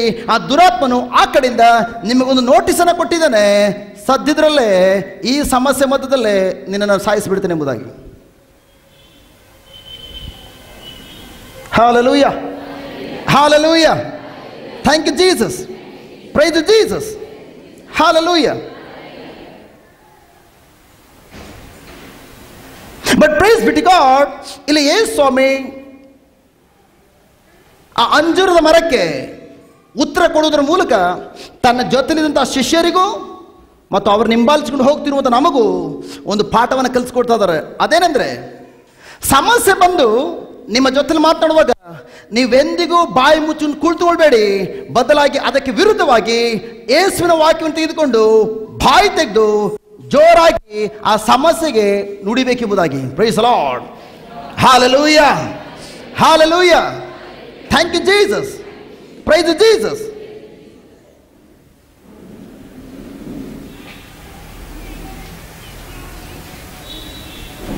ಬಟ್ ಆದರೆ ನಮ್ಮಲ್ಲಿ ಅನೇಕರು ಏನು ಮಾಡ್ತೇವೆ ಅಂದರೆ, ನಮ್ಮ ಶರೀರಕ್ಕೆ ಏನೋ ಒಂದು ರೋಗ ಬಂದಿದೆ, ಡಾಕ್ಟರ್ ರಿಪೋರ್ಟ್ ಹೇಳ್ತಾ ಇದೆ ನಿನಗೆ ಕ್ಯಾನ್ಸರ್ ಇದೆ ಎಂಬುದಾಗಿ.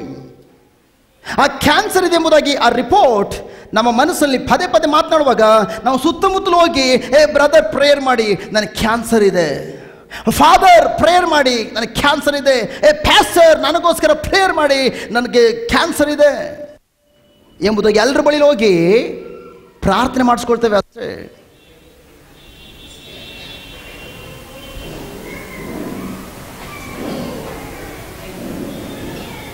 ಇನ್ನು ಕೆಲವರು ಬುದ್ಧಿವಂತರು, ಬ್ರದರ್ ಸಿಸ್ಟರ್ ನನ್ನ ಹೆಸರನ್ನು ಬರ್ಕೊಂಡು ನನಗೋಸ್ಕರ ನೀವು ಪ್ರಾರ್ಥನೆ ಮಾಡ್ಕೊಳ್ಳಿ, ಯಾಕೆ ನನಗೆ ಕ್ಯಾನ್ಸರ್ ಇದೆ.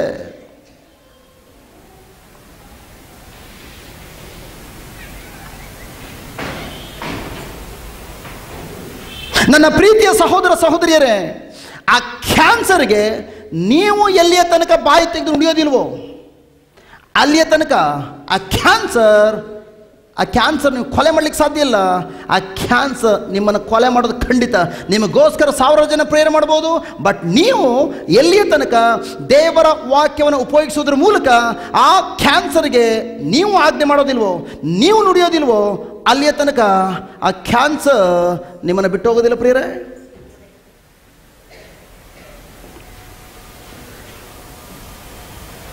ಆ ಕ್ಯಾನ್ಸರ್, ಆ ನುಡಿ, ಅದು ನಿಮ್ಮ ಮನಸ್ಸಲ್ಲಿ ನಿನ್ನನ್ನು ಸಾಯಿಸಿಬಿಡ್ತೇನೆ ಎಂಬುದಾಗಿ ನುಡಿಯೋದು ಮಾತ್ರವಲ್ಲ, ಹೇ ನಿನ್ನನ್ನು ಸಾಯಿಸೋದು ಮಾತ್ರವಲ್ಲ, ನಿನ್ನ ಮಕ್ಕಳನ್ನು ಅನಾಥನಾಗಿ ಮಾಡಿಬಿಡ್ತಾನೆ.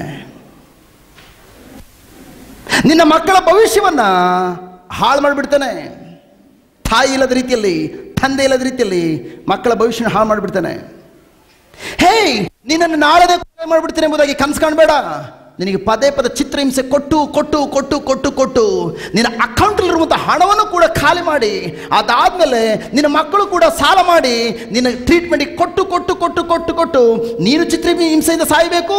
ಮಕ್ಕಳು ಕೂಡ ನೀನು ಬಿಟ್ಟೋದ್ರೂ ಕೂಡ ಈ ಟ್ರೀಟ್ಮೆಂಟ್ಗೆ ಹಣ ಏನು ಸಾಲ ಮಾಡಿದಾರೋ ಅದನ್ನು ತೀರಿಸಲಿಕ್ಕೆ ಅವರು ಕೂಡ ಚಿತ್ರಹಿಂಸೆಯನ್ನು ಕೊಟ್ಟು ಅವ್ರನ್ನು ಕೂಡ ಸಾಲದಲ್ಲಿ ಇಟ್ಕೊಳ್ತಾನೆ. Hallelujah. Hallelujah. Hallelujah. Thank you Jesus. ಆ ಕ್ಯಾನ್ಸರ್ ಎಂಬ ದುರಾತ್ಮನು ಬಾಯಿ ತೆಗೆದು ನಿಮ್ಮ ಕಣ್ಣು ಮುಂದೆ ಬಂದು ಬಾಯಿ ತೆಗೆದು ನುಡಿ ಮತ್ತು ನುಡಿಗಳನ್ನು ಕೇಳಿಸ್ಕೊಳ್ತಾ ಇಲ್ಲ, ಬಟ್ ನಿಮ್ಮ ಮನಸ್ಸಿನಲ್ಲಿ ಆಲೋಚನೆ ಮೂಲಕ ಪದೇ ಮಾತಾಡ್ತಾ ಇರೋದನ್ನ ಮಲಗಲು ಬಿಡೋದಿಲ್ಲ, ಕೂತ್ಕೊಳ್ಳೋಕ್ಕೂ ಬಿಡೋದಿಲ್ಲ. ಆಗ ನಿಮ್ಮ ಪರಿಸ್ಥಿತಿ ಬರೀ ನಿಮ್ಮ ಒಬ್ಬರ ಬಗ್ಗೆ ಯೋಚನೆ ಮಾಡೋದಿಲ್ಲ, ತದನಂತರ ನಿಮ್ಮ ಮಕ್ಕಳಿಗಾಗುವಂಥ ಸಾಲ, ಟ್ರೀಟ್ಮೆಂಟ್ ಎಲ್ಲವನ್ನು ಯೋಚನೆ ಮಾಡಿ ಮಾಡಿ ಮಾಡಿ ಮಾಡಿ ಮಾಡಿ ಆಗ ಒಂದು ಆಲೋಚನೆ ಇಲ್ಲ, ಪದೇ ಪದೇ ಅನೇಕ ಆಲೋಚನೆಗಳು ಉತ್ಪತ್ತಿಯಾಗಿ ಕೊನೆಗೆ ಈವನ್ ನಿಮಗೆ ಊಟ ಮಾಡಲಿಕ್ಕೆ ಮನಸ್ಸು ಬರೋದಿಲ್ಲ, ನಿಮ್ಮ ಶರೀರ ಕುಗ್ಗು ಹೋಗ್ತದೆ, ಕೊನೆಗೆ ಎದ್ದೇಳಲಿಕ್ಕೂ ಕೂಡ ಶಕ್ತಿ ಇರೋದಿಲ್ಲ, ಎಲ್ಲ ಬೆಡ್ ಮೇಲೇನೆ.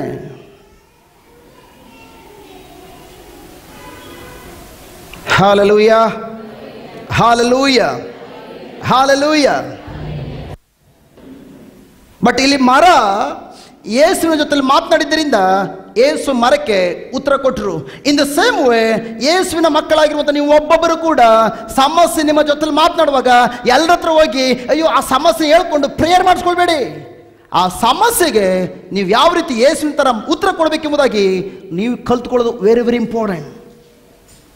ನೀವೆಲ್ಲಿಯ ತನಕ ಪ್ರಿಯರೇ ಸಮಸ್ಯೆ ನಿಮ್ಮ ಮನಸ್ಸಲ್ಲಿ ಬಂದು ಮಾತನಾಡುವಾಗ ಆ ಸಮಸ್ಯೆಗೆ ಯಾವ ರೀತಿ ಉತ್ತರ ಕೊಡಬೇಕೆಂಬುದಾಗಿ ನೀವು ಕಲ್ತ್ಕೊಳ್ಳೋದಿಲ್ವೋ, ನಾನು ಹೇಳ್ತಾ ಇದ್ದೇನೆ, ನೀವು 10 ವರ್ಷ ಧ್ಯಾನ ಕೂಟಕ್ಕೆ ಬರ್ಬೋದು, ಚರ್ಚ್ಗಳಿಗೆ ಹೋಗ್ಬೋದು, ಸಭೆಗಳಿಗೆ ಹೋಗ್ಬೋದು, ನಿಮ್ಮ ಜೀವನದಲ್ಲಿ ಏನೂ ಚೇಂಜ್ ಆಗೋದಿಲ್ಲ, ಏನೂ ಚೇಂಜ್ ಆಗೋದಿಲ್ಲ. ನಾನು ಹೇಳ್ತಾ ಇದ್ದೇನೆ ಪ್ರಿಯರೇ, ನಿಮ್ಮ ಜೀವನದಲ್ಲಿ ಬರುವಂಥ ಸಮಸ್ಯೆಗಳಿಗೆ ದೇವರ ವಾಕ್ಯವನ್ನು ಕಂಡುಹಿಡ್ಕೊಂಡು ಆ ಸಮಸ್ಯೆಗಳಿಗೆ ಯಾವ ರೀತಿ ಉತ್ತರ ಕೊಡಬೇಕೆಂಬುದಾಗಿ ನೀವು ಕಲ್ತ್ಕೊಳ್ದೆ ಹೋದ್ರೆ 10 ವರ್ಷ ಅಲ್ಲ 20 ವರ್ಷ ಆದರೂ ಕೂಡ ಇದೇ ಅವಸ್ಥೆಯಲ್ಲಿ ಇರ್ತೀರಿ. ಸಪೋಸ್ ಏನಾದರೂ ಬದಲಾವಣೆ ಆಗಿದ್ರೆ ನಿಮ್ಮ ಕಾಲಿರ್ತಂದು ಕೆನ್ನೆಗೆ ಬಾರಿಸಿ, ನಾನು ಬಾರಿಸ್ಕೊಳ್ತೇನೆ. ಯಾಕೆ ಗೊತ್ತಾ? ಯೇಸು ನಮಗೆ ಕಲಿಸ್ಕೊಡ್ತಾ ಇದ್ದಾರೆ, ನಾನು ಯಾವ ರೀತಿ ಭೂಲೋಕದಲ್ಲಿ ಜೀವಿಸುವಾಗ ಅನೇಕ ಸಮಸ್ಯೆಗಳು, ಅನೇಕ ಪರೀಕ್ಷೆಗಳನ್ನು ದುರಾತ್ಮ ತಂದ. ಬಟ್ ಪ್ರತಿಯೊಂದು ಪರೀಕ್ಷೆಯನ್ನು ಕೂಡ ಪಾಸ್ ಮಾಡಿರುವಂಥದ್ದು ಆ ದುರಾತ್ಮ ತಂದಂಥ ಪ್ರಶ್ನೆಗಳಿಗೆ ಉತ್ತರವನ್ನು ಬಾಯಿ ತೆಗೆದು ನುಡಿಯೋದ್ರ ಮೂಲಕ ಕೊಟ್ಟಿದ್ದರಿಂದ ನಾನು ಈ ಲೋಕದಲ್ಲಿ 33 ವರ್ಷಗಳ ಕಾಲ ಜಯಶಾಲಿಯಾಗಿ ಜೀವಿಸಿದೆ. Praise the lord, hallelujah, hallelujah, thank you Jesus, praise Jesus. ಇಲ್ಲಿ ಯೇಸು ಮರದ ಬಳಿಯಲ್ಲಿ ಹೋಗಿದ್ದಾರೆ, ಹಣ್ಣನ್ನು ನೋಡ್ತಾ ಇದ್ದಾರೆ. ಆಗ ಮರ ಏನಂತ ಮಾತಾಡಿರ್ಬೋದು? ಜೀಸಸ್ ದೂರದಿಂದ ನೋಡಿಕೊಂಡು ನನ್ನ ಬಳಿಗೆ ಬಂದ ಹಣ್ಣು ಸಿಗ್ತದೆ ಎಂಬುದಾಗಿ ನಿನಗೆ ನಾನು ಮೋಸ ಮಾಡಿಬಿಟ್ಟೆ. ನೀನು ಇಷ್ಟೊಂದು ದಡ್ಡನ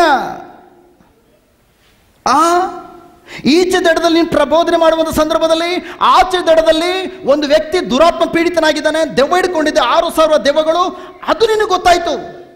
ಬಟ್ ಆದರೆ ದೂರದಿಂದ ನಾನು ನೋಡುವಾಗ ಇದರಲ್ಲಿ ಹಣ್ಣಿಲ್ಲ ಅಂತ ನಿನ್ಗೆ ಗೊತ್ತಾಗ್ಲಿಲ್ವಾ? ದಡ್ಡ, ಹುಚ್ಚ, ನನ್ನ ಬಳಿ ನೀನು ಬಂದ್ಬಿಟ್ಟ, ನಾನು ನಿನಗೆ ಮೋಸ ಮಾಡಿಬಿಟ್ಟೆ. ನೀನು ಎಲೆಗಳನ್ನು ಮಾತ್ರ ನೋಡಿದೆ, ಬಟ್ ಹಣ್ಣನ್ನು ಹುಡುಕ್ಲಿಕ್ಕೆ ಬಂದಿದ್ಯಾ? ಅಷ್ಟು ಮಾತ್ರ ಅಲ್ಲ, ನಿನ್ನ ಜೊತೆಲಿ ಶಿಷ್ಯರ ಮೇಲೆ ಕರ್ಕೊಂಡು ಬಂದಿದ್ಯಾ? ನಿನ್ನ ಶಿಷ್ಯರು ನೀನು ಹಣ್ಣನ್ನು ಹುಡುಕುವಾಗ ಶಿಷ್ಯರೇ ಅಂತ ತಿಳ್ಕೊಳ್ತಾ ಇದ್ದಾರೆ, ಹಣ್ಣಿನ ಸಮಯ ಅಲ್ಲ ಇದು. ನಮ್ಮ ಗುರುಗೇನು ಸ್ವಲ್ಪ ತಲೆ ಇಲ್ವಾ? ಮಾವಿನ ಹಣ್ಣು ಬಿಡುವ ಸಮಯ ಅಲ್ಲ, ಬಟ್ ಆದರೆ ಮಾವಿನ ಮರದಲ್ಲಿ ಹೋಗಿ ಒಂದು ಗುರು ಹಣ್ಣನ್ನು ಹುಡುಕುವಾಗ ಶಿಷ್ಯರೇನಂತ ತಿಳ್ಕೊಳ್ತಾರೆ?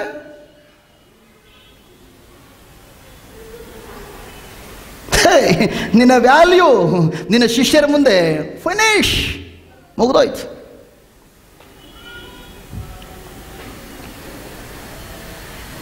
ಪ್ರಿಯರೇ, ಒಂದು ಕ್ಷಣ ಯೋಚನೆ ಮಾಡೋಣ.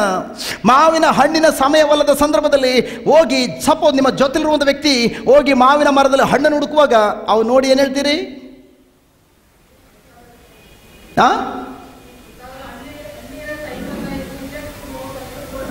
ಆದರೂ ನೀವು ಬಾಮ ಅಲ್ಲಿ ಹಣ್ಣಿಲ್ಲ, ಹಣ್ಣಿನ ಸಮಯ ಇಲ್ಲ, ಹಿರಿ ಆಂಟಿ ನಿಮಗೆ ಗೊತ್ತಿಲ್ಲ, ಏನು ಹೇಳ್ತೀರಿ ಅದು ನೋಡ್ಬಿಟ್ಟು? ಹುಚ್ಚಿ. ಅಷ್ಟು ಮಾತ್ರ ಅಲ್ಲ, ಆ ಮರದ ಬಳಿಲಿ ಹೋಗಿ ಮಾತನಾಡ್ತಿರೋದು ನೋಡಿದ್ರೆ ಅದು ನೋಡುವಾಗ ನಿಮ್ಗೆ ಏನು ಅನಿಸ್ತದೆ? ನಂಬರ್ 1 ದೊಡ್ಡ ಹುಚ್ಚ.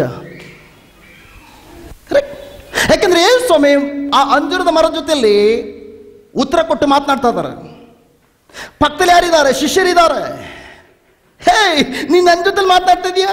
ಶಿಷ್ಯರು ನೋಡಿ ಏನಂತ ತಿಳ್ಕೊಳ್ಬೋದು ನಿನ್ನ? ನಾನು ನಿನಗೆ ಮೋಸ ಮಾಡಿಬಿಟ್ಟೆ. Hallelujah, hallelujah. ಪ್ರಿಯರೇ, ಜಸ್ಟ್ ನೀವು ಅನೇಕ ಸಂದರ್ಭದಲ್ಲಿ ಬೇರೆ ಬೇರೆ ಧ್ಯಾನ ಕೂಟಗಳಿಗೆ, ಬೇರೆ ಬೇರೆ ಸಭಾಕೂಟಗಳಿಗೆ ಹೋಗಿರುವಂಥ ನನ್ನ ಪ್ರೀತಿಯ ಸಹೋದರ ಸಹೋದರಿ ನೀವಿದ್ದೀರಿ, ಗುಡ್. ಬಟ್ ಬೇರೆ ಬೇರೆ ಪ್ರಾರ್ಥನಾ ಕೂಟಗಳಿಗೆ ಹೋದಾಗ ಯೇಸುವೆ ಇವ್ರನ್ನ ಗುಣಪಡಿಸು, ಯೇಸುವೆ ಇವ್ರಿಗೆ ಬೀಳು ಕೊಡು, ಯೇಸುವೆ ಯೇಸುವೆ ನೀನು ಡು ನಾನು ಕೂತ್ಕೊಳ್ತೀನಿ. Just correct. ಅನೇಕ ಕಡೆಗಳಲ್ಲಿ ನೀನು ಮಾಡು, ಯೇಸುವೆ ನೀನು ಇವ್ರಿಗೆ ಅದ್ಭುತ ಮಾಡು, ನೀನು ಮಾಡು. ಬಟ್ ಇಲ್ಲಿ ಪ್ರಾರ್ಥನಾ ಕೂಟಕ್ಕೆ ಬಂದಾಗ ನೀವು ನೋಡಿರ್ಬೋದು, ಸಪೋಸ್ ಯಾವುದಾದ್ರು ವ್ಯಕ್ತಿ ಮಂಡಿ ನೋವಂತ ಮೇಲೆ ಕರೆಸುವಾಗ ಆ ವ್ಯಕ್ತಿಗೆ ನಾನು ಮಾತಾಡೋದು ನೀವು ಕೇಳಿಸ್ಕೊಂಡಿರ್ಬೋದು. ಯೇಸುನಾಮದಲ್ಲಿ ಆಜ್ಞೆ ಮಾಡ್ತಿದ್ದಾನೆ, ಈ ಮಂಡಿಯಲ್ಲಿ ಉಪದ್ರವ ಕೊಡ್ತಿರುವಂಥ ನೋವಿನ ದುರಾತ್ಮನೆ, ಅಸ್ವಸ್ಥತೆಯ ದುರಾತ್ಮನೆ ಬಿಟ್ಟು ತೊಲಗು.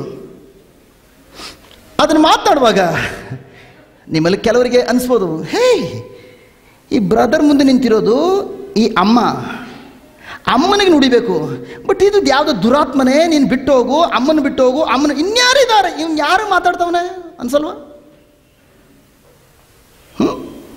ನೋಡ್ಲಿಕ್ಕೆ ಏನು ಕಳಿಸ್ತದೆ? ನಾವೆಲ್ಲ ಕಡೆ ಧ್ಯಾನ ಕೂಟಗಳಿಗೆ ಹೋಗಿದ್ವಿ, ಯೇಸುವೆ ನೀವು ನಮ್ಮ ಮಧ್ಯದಲ್ಲಿದ್ದೀರಿ, ನೀವು ಅಮ್ಮನ ಮಂಡಿಯನ್ನು ಗುಣಪಡಿಸಿ. ಬಟ್ ಈ ವ್ಯಕ್ತಿ ಏನು ಹೇಳ್ತಾ ಇದ್ದಾನೆ? ಜಸ್ಟ್ ಮಂಡಿಯಲ್ಲಿರುವಂಥ ದುರಾತ್ಮನೆ ಬಿಟ್ಟು ತೊಲಗು. ಮಂಡಿ ಮೂಳೆಗಳೇ ಸರಿಯಾಗಿ ಜೋಡಣೆಯಾಗಿ, ಮಂಡಿ ಎಲ್ಲಿ ಮೂಳೆ ಸೌದೋಗಿದೆಯೋ ಸರಿಯಾಗಿ ಯೇಸುನಾಮದಲ್ಲಿ ವಾಸದಾಗಿ ಸೃಷ್ಟಿಯಾಗು. ಇವನು ಯಾವ್ದು ಜೊತೆ ಮಾತಾಡ್ತಾನೆ? ಮೂಳೆ ಜೊತೆಯಲ್ಲಿ, ದುರಾತ್ಮನ ಜೊತೆಯಲ್ಲಿ. ನೋಡುವಾಗ ಏನು ಅನಿಸ್ತದೆ ಪ್ರಿಯರೇ? ಬಟ್ ಅಲ್ಲಿ ನಾನು ಏನು ಮಾತಾಡ್ತಾ ಇದ್ದಾನೆ? ನೀನು ಯಾರಿಗೆ ಮಂಡಿ ನೋವಿದೆ ಮುಂದೆ ಬಂದುಬಿಡಿ ಅಂತ ಕರೆದುಬಿಟ್ಟೆ. ನಾನು ಸುಮಾರು 10-15 ವರ್ಷದಿಂದ ಆ ಅಮ್ಮನ ಮಂಡಿಯಲ್ಲಿ ಇದ್ದೇನೆ. ನೀನೇನು ಡಾಕ್ಟ್ರಾ ಗುಣಪಡಿಸೋಕ್ಕೆ? ನನ್ನ ಜೊತೆ ಆಟ ಆಡ್ತಾ ಇದೆಯಾ? ನೀನು ರಕ್ಷಣೆ ಹೊಂದ್ಕೊಂಡೆ 10-15 ವರ್ಷ ಆಯಿತು. 10-15 ವರ್ಷದಿಂದ ಆಳವಾಗಿ ಬೇರಿರುವಂತಹ ಈ ಮಗಳ ಶರೀರದಿಂದ ನನ್ನ ಓಡಿಸ್ಲಿಕ್ಕೆ ಬಂದಿದೆಯಾ? ಸಾಧ್ಯ ಇಲ್ಲ. ಎಲ್ಲರೂ ನೋಡಿ ಏನು ತಿಳ್ಕೊಳ್ತಾರೆ? ಅದು ಮಾತನಾಡುವಾಗ ನಾನೇನು ಮಾಡ್ತಾ ಇರ್ತಾನೆ, ಅದನ್ನ ಹೇಳಿದ ಕೇಳಿಸ್ಕೊಂಡು, ಅಮ್ಮ ಹೋಗಿ ಆಮೇಲೆ ಪ್ರೇ ಮಾಡಿಸ್ಕೊಳ್ಳೋಣ ಕಳಿಸುತ್ತಾನ. ನಾನು ನನ್ನ ಜೊತೆಲಿ ಯಾವ್ದು ಮಾತನಾಡ್ತಾ ಇದೀವಿ ಇಲ್ಲಿ, ಅದಕ್ಕೆ ನಾನು ಆಜ್ಞೆ ಮಾಡ್ತಾ ಇದ್ದಾನೆ. ಅದ್ರ ಜೊತೆಲಿ ನಾನು ಮಾತನಾಡಲಿಕ್ಕೆ ಹೋಗ್ತದಾನೆ. ನನ್ನ ಪ್ರೀತಿಯ ಸಹೋದರ ಸಹೋದರಿಯರೇ, ನಿಮ್ಮ ಜೀವನದಲ್ಲೂ ಕೂಡ ಸಮಸ್ಯೆಗಳು ನಿಮ್ಮ ಜೊತೆಲಿ ಮಾತನಾಡುವಾಗ ನೀವು ಆ ಸಮಸ್ಯೆಗಳ ಜೊತೆಲಿ ಮಾತಾಡೋದನ್ನು ನೀವು ಕಲ್ತುಕೊಳ್ಬೇಕು.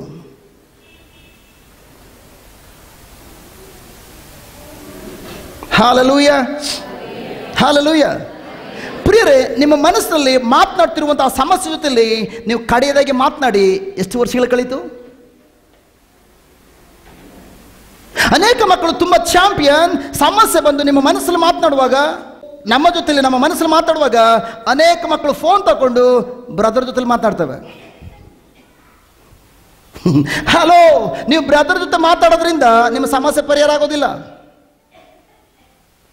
But praise be to God, ಪವಿತ್ರ ಆತ್ಮ ನಿಮಗೆ ಕಲಿಸ್ಕೊಡುವಂಥ ತರಗತಿಯಲ್ಲಿ ಏನನ್ನು ಕಲಿಸ್ಕೊಟ್ಟಿದ್ದಾರೋ ಅದನ್ನು ಹೋಗಿ ಮನೇಲಿ ಪ್ರಾಕ್ಟೀಸ್ ಮಾಡ್ತಾ ಸಮಸ್ಯೆ ಬಂದಾಗ ನೀವು ಅದನ್ನು ಯಾವ ಥರ ಎನ್ಕೌಂಟರ್ ಮಾಡಬೇಕು, ಆ ಸಮಸ್ಯೆನ ಯಾವ ರೀತಿ ಕೊಲೆ ಮಾಡಬೇಕು ಎಂಬುದಾಗಿ ನೀವು ಕಲಿತ್ಕೊಂಡು ಪ್ರತಿದಿನ ಪ್ರಾಕ್ಟೀಸ್ ಮಾಡೋದಾದ್ರೆ ಮಾತ್ರ ನೀವು ಮಾತ್ರ ಅಲ್ಲ ಪ್ರಿಯರೇ, ಇಡೀ ನಿಮ್ಮ ಊರಿಗೆ ಏನೇ ಸಮಸ್ಯೆ ಬಂದರೂ ಕೂಡ ಬರುವಂಥ ಸಮಸ್ಯೆಗಳನ್ನು ನೀವು ಕೊಲೆ ಮಾಡುವಂತಹ ಕೊಲೆಗಾರರಾಗಿ ಜೀವಿಸ್ತೀರಿ. Hallelujah, hallelujah. Thank you Jesus, praise Jesus. ನಿಮ್ಮ ಪಕ್ಕದಲ್ಲರೂ ಕೇಳಿ ಪ್ರಿಯರೇ, ಕಡೆದಾಗಿ ನಿಮ್ಮ ಸಮಸ್ಯೆ ಜೊತೆಲಿ ಮಾತನಾಡಿ ಎಷ್ಟು ದಿನಗಳು ಕಳೀತು ಎಂಬುದಾಗಿ ಕೇಳಿ. ಸಮಸ್ಯೆಗಳ ಜೊತೆಲಿ ಮಾತನಾಡಿ ಎಷ್ಟು ದಿನ ಆಯಿತು ಕೇಳಿ.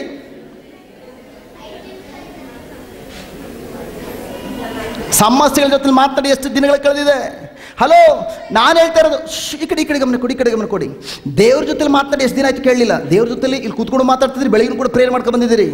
ದೇವ್ರ ಜೊತೆಲಿ ಮಾತಾಡಿದ್ರಿಂದ ನಿಮ್ಮ ಸಮಸ್ಯೆ ಪರಿಹಾರ ಆಗೋದಿಲ್ಲ. ಹಲೋ, ದೇವ್ರ ಜೊತೆ ಕೂತ್ಕೊಂಡು ನೀವು ಮಾತನಾಡೋದ್ರಿಂದ ಸಮಸ್ಯೆ ಪರಿಹಾರ ಆಗೋದಿಲ್ಲ. ಬಟ್ ನಾನು ಹೇಳ್ತಾ ಇದ್ದೇನೆ, ಸಪೋಸ್ ಇಲ್ಲಿ ಉದಾಹರಣೆಗೆ ಯೇಸುಸ್ವಾಮಿ ಜೊತೆಯಲ್ಲಿ ಆ ಅಂಜೂರದ ಮರ ಮಾತನಾಡುವಾಗ, ಅಪ್ಪ ಏನು ಮಾಡಲಿ, ಈ ಮರ ನಾನು ಮೋಸ ಮಾಡಿಬಿಡ್ತಪ್ಪ, ಅಪ್ಪ ನನ್ನ ಕಣ್ಣೀರು ಒರೆಸು, ನನ್ನ ಶಿಷ್ಯರ ಮುಂದೆ ಮಾನ ಮರ್ಯಾದೆ ಹೊಟ್ಟೋಗ್ತದೆ, ಏನಾದ್ರು ಒಂದು ಹಣ್ಣಾದ್ರೂ ಅಲ್ಲಿ ಇದ್ಬಿಡ್ಲಿ ಅಪ್ಪ ಅಪ್ಪರ ಹತ್ರ ಕೇಳ್ಕೊಂಡ್ರ, ಪ್ರಾರ್ಥನೆ ಮಾಡಿದ್ರ? ಎಷ್ಟು ಮಂದಿ ಪ್ರೇರೆ ಸಮಸ್ಯೆ ಬಂದು ನಮ್ಮ ಜೊತೆಲಿ ಮಾತನಾಡುವಾಗ ಅಪ್ಪನ ಹತ್ರ ಕೂತ್ಕೊಂಡು ಪ್ರೇಯರ್ ಮಾಡ್ತೇವೆ?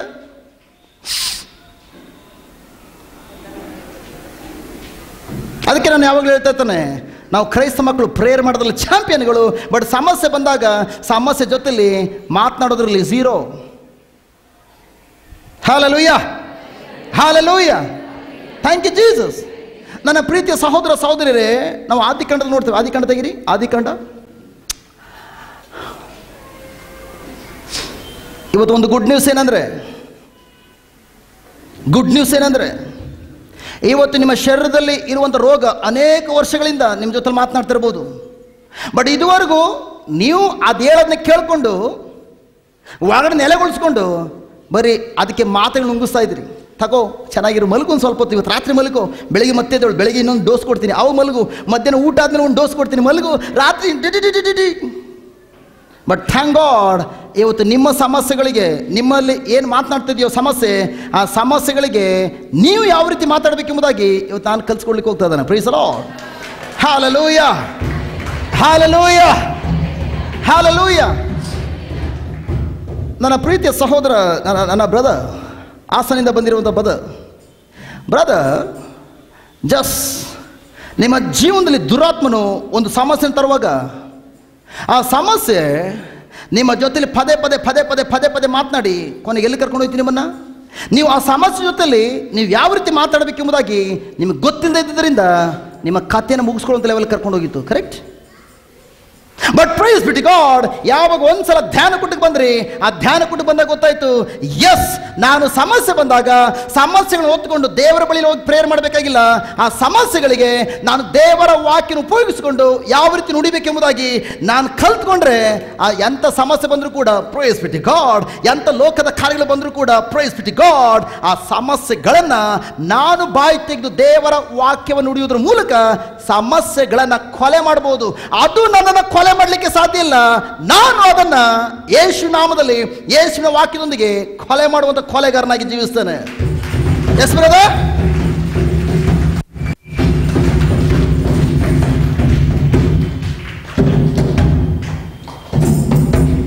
ಹೇ ಬ್ರದರ್, ನನ್ನ ಗಂಡನ ಜೀವನದಲ್ಲಿ ಬಂದಂತ ಸಮಸ್ಯೆಯನ್ನ ನನ್ನ ಗಂಡ ಯಾರ ಹತ್ರ ಹೇಳ್ತಾ ಇರಲಿಲ್ಲ. ಯಾಕೆಂದ್ರೆ ಆ ಸಮಸ್ಯೆ ಪದೇ ನನ್ನ ಗಂಡನ ಮನಸ್ಸಲ್ಲಿ ಮಾತನಾಡಿ ನನ್ನ ಗಂಡನ ಕಥೆನ ಮುಗಿಸ್ಲಿಕ್ಕೆ ಪ್ರಯತ್ನ ಪಡ್ತಾ ಇತ್ತು. But praise be to God, ಇವತ್ತು ಒಂದು ಗುಡ್ ನ್ಯೂಸ್ ಬ್ರದರ್. ಯಾವಾಗ ಒಂದ್ಸಲ ನಿಮ್ಮ ಹತ್ರ ಕೌನ್ಸಿಲಿಂಗ್ ಬಂದು, ಪ್ರೈಸ್ ಬಿ ಟು ಗಾಡ್, ನನ್ನ ಗಂಡನಿಗೆ ಬಂದಂತ ಸಮಸ್ಯೆ ಮುಖಾಂತರ ಈಗ ದೇವರು ನಾನು ಕೂಡ ಕಲಿಸ್ಕೊಟ್ಟಿದ್ದಾರೆ. ಗಂಡ ಹೆಂಡತಿ ಇಬ್ರು ಒಟ್ಟಾಗಿ ಸೇರಿ ಯಾವ ರೀತಿ ನನ್ನ ಗಂಡನನ್ನ ಕೊಲೆ ಮಾಡಲಿಕ್ಕೆ ಬಂದಿರುವಂತ ಕೊಲೆಗಾರನನ್ನ ನಾವು ಕೊಲೆ ಮಾಡಿ ವಿಜಯಶಾಲಿಗಳಾಗಿ ಜೀವಿಸಬೇಕೆಂಬುದಾಗಿ. S sister?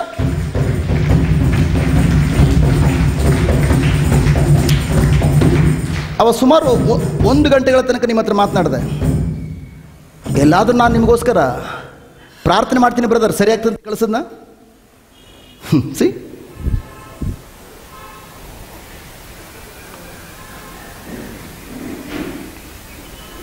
ಹಲ್ಲೆಲೂಯಾ. ಆದಿಕಾಂಡ 1ನೇ ಅಧ್ಯಾಯ 2-3. ಭೂಮಿಯು ನಿರಾಕಾರವಾಗಿಯೂ ಶೂನ್ಯವಾಗಿಯೂ ಇತ್ತು, ಅಗಾಧದ ಮೇಲೆ ಕತ್ತಲೆ ಕವಿದಿತ್ತು, ದೇವರ ಆತ್ಮರು ನೀರುಗಳ ಮೇಲೆ ಚಲಿಸುತ್ತಿದ್ದರು. ಆಗ ದೇವರು ಬೆಳಕಾಗಲಿ ಎನ್ನಲು ಬೆಳಕಾಯಿತು. ಪ್ರಿಯರೇ, ದೇವರು ಬೆಳಕಾಗಲಿ ಅಂತ ಹೇಳಬೇಕಾದ್ರೆ ಅಲ್ಲಿ ಏನಿತ್ತು? ಮೊದಲು ಕತ್ತಲಿತ್ತು. ಕತ್ತಲಿರುವಾಗ, ಕತ್ತಲು ದೇವ್ರ ಜೊತೆ ಮಾತನಾಡ್ತಾ ಇಲ್ವಾ? ಫಾರ್ ಎಕ್ಸಾಂಪಲ್, ಸಪೋಸ್ ಇಲ್ಲಿ ಸಾಯಂಕಾಲ ಧ್ಯಾನ ಕೂಟ ಮುಗೀತು, ನಿಮಗಿದ್ದಿದ್ದು ಬಸ್ ಮಿಸ್ ಆಗೋಯ್ತು. ಕೊನೆಗೆ ಹೇಗೋ ನಿಮ್ಮ ಗೇಟ್ಗೆ ಬಸ್ ಇದೆ, ಮೇನ್ ರೋಡಲ್ಲಿ, HD ಕೋಟೆ ಮೇನ್ ರೋಡಲ್ಲಿ ಬಸ್ ಇಳಿತೀರಿ. ಅಲ್ಲಿಂದ ಒಂದು 2-3 ಕಿಲೋಮೀಟರ್ ನಡ್ಕೊಂಡು ಹೋಗ್ಬೇಕು. ಯಾವ ಬಸ್ಗಳಿಲ್ಲ, ಕತ್ತಲಾಗಿಬಿಟ್ಟಿದೆ. ರಾತ್ರಿ 8 ಗಂಟೆಯಲ್ಲಿ ನೀವು ನಿಮ್ಮ ಮಗುವನ್ನು ಕರ್ಕೊಂಡು ಹೋಗ್ಬೇಕಾದ್ರೆ ಕತ್ತಲ್ಲಿ ನಿಮ್ಮ ಜೊತೆ ಮಾತಾಡಲ್ವಾ? 8:15 ನೀವು ಹೋಯ್ತಾ ಇದೀಯಾ? ನಾನಿದ್ದೆ ನಿನ್ನ ಜೊತೆಲಿ. ಕತ್ಲೆ, ನಾನಿದ್ದೇನೆ, ಹೋಗ್ತೀಯ? ಈಗ ಹೋಗಿ ನೋಡೋಣ. ಒಬ್ಬಳೇ ಹೋಗ್ತೀಯಾ? ನಾನು ನಿನ್ನ ಜೊತೆಲಿ ಇದ್ದೇನೆ. ಕತ್ಲೆ ಮಾತಾಡಲ್ವಾ? ಸೊ ಕತ್ಲೆ ಮಾತಾಡೋದ್ರಿಂದ, ರೀ ಮಲಗಿದ್ದೀರಾ, ನಾನು ಗೇಟ್ ಬಳಿ ಇಳಿದು ನಿಂತಿದ್ದೀನಿ, ದಯವಿಟ್ಟು ಬನ್ನಿ ಗಾಡಿ ತಗೊಂಡು. ಯಾಕೆ? ಕತ್ತಲು ಮಾತಾಡಿದ್ದರಿಂದ. ಇನ್ ದ ಸೇಮ್ ವೇ ದೇವರು, ಥ್ಯಾಂಕ್ ಗಾಡ್, ಸುತ್ತಮುತ್ತ ನೋಡ್ತಾ ಇದ್ದಾರೆ, ಕತ್ತಲಿದೆ. ಕತ್ತಲು ದೇವ್ರ ಜೊತೆ ಮಾತಾಡ್ತದೆ. ನೀನು ಸೃಷ್ಟಿ ಮಾಡಿದ ಭೂಮಿಯಲ್ಲಿ ಮೊದಲು ಎಲ್ಲ ಬೆಳಕಿತ್ತು, ಬಟ್ ಆದರೆ ಈಗ ನಾನು ಆವರಿಸ್ಕೊಂಡಿದ್ದೇನೆ, ನಾನು ಎಂಜಾಯ್ ಮಾಡ್ತಾ ಇದ್ದಾನೆ. ಆಗ ದೇವ್ರೇನು ಮಾಡಿದ್ರು? ಅಯ್ಯೋ, ನಾನು ಸೃಷ್ಟಿ ಮಾಡಿದ ಭೂಮಿಯಲ್ಲಿ ನಾನು ಬೆಳಕನ್ನು ಸೃಷ್ಟಿ ಮಾಡಿದೆ, ಬಟ್ ಈ ಬೆಳಕನ್ನು ಹೋಗ್ಲಾಡಿಸ್ಬಿಟ್ಟು ದುರಾತ್ಮೆಯಲ್ಲಿ ಕತ್ಲೆ ತಂದುಬಿಟ್ಟಿದ್ದೇನಲ್ಲ. ಅಯ್ಯೋ, ಕತ್ಲಿದೆ, ಏನು ಮಾಡಲಿ, ಕತ್ಲಿದೆ, ಏನು ಮಾಡಲಿ, ಕತ್ಲಿದೆ, ಏನು ಮಾಡಲಿ. ಅವು ಫೋನ್ ತಗೊಂಡ್ರು, ದೇವದೂತರುಗಳೇ ನನಗೋಸ್ಕರ ಪ್ರಾರ್ಥನೆ ಮಾಡಿ, ಉಪವಾಸದೊಂದಿಗೆ ಪ್ರಾರ್ಥನೆ ಮಾಡಿ, ಸಾಧ್ಯ ಆದರೆ ಇವನ 40 ದಿನ ಉಪವಾಸ ಮಾಡಿ.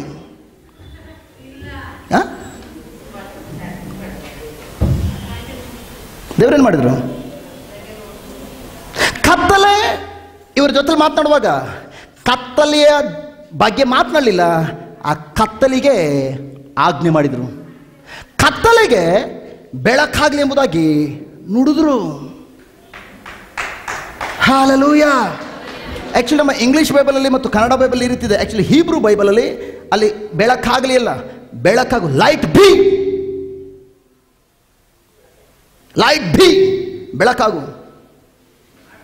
ಅದೇ ರೀತಿ ನಿಮ್ಮ ಮನಸ್ಸಲ್ಲಿ ಪ್ರಿಯರೇ ಕತ್ತಲಿನ ಬಗ್ಗೆ ಸಮಸ್ಯೆಗಳು ಬರುವಾಗ, ಆ ಆಲೋಚನೆ ಬರುವಾಗ, ನುಡಿಗಳು ಬರುವಾಗ ಎಷ್ಟು ಮಂದಿ ಪ್ರಿಯರೇ ಅದನ್ನು ಮೆಲ್ಕು ಹಾಕೋದನ್ನು ಬಿಟ್ಟುಬಿಟ್ಟು ದೇವರ ವಾಕ್ಯ ಬೆಳಕಾಗಿದೆ, ಆ ವಾಕ್ಯ ಉಪಯೋಗಿಸಿಕೊಂಡು ಬೆಳಕಾಗು ಎಂಬುದಾಗಿ ಆ ಸಮಸ್ಯೆಯ ಜೊತೆಯಲ್ಲಿ ಮಾತನಾಡ್ತಾ ಇದ್ದಾವೆ.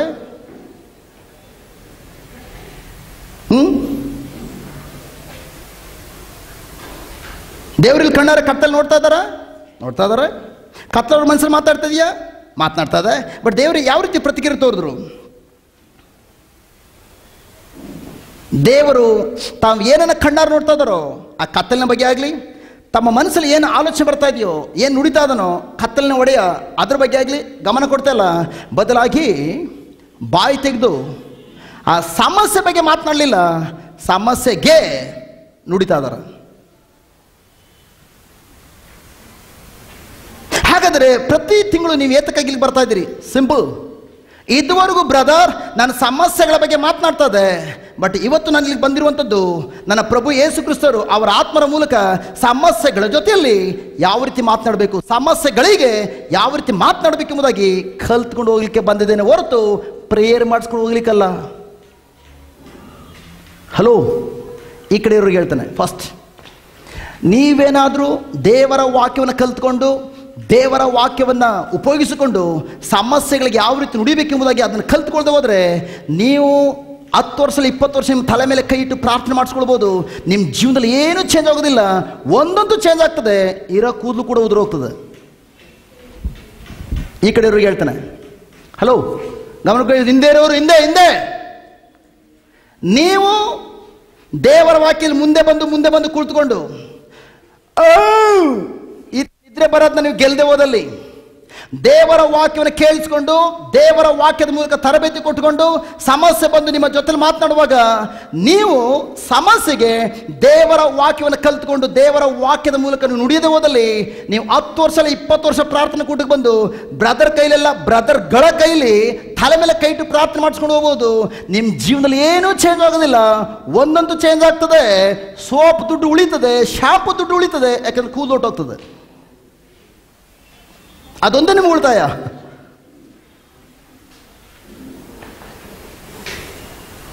Hallelujah, hallelujah, thank you Jesus.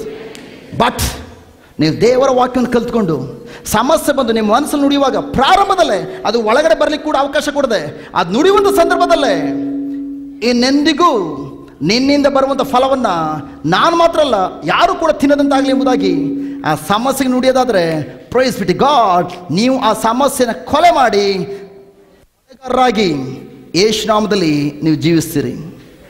Hallelujah, hallelujah, thank you Jesus, praise Jesus, hallelujah.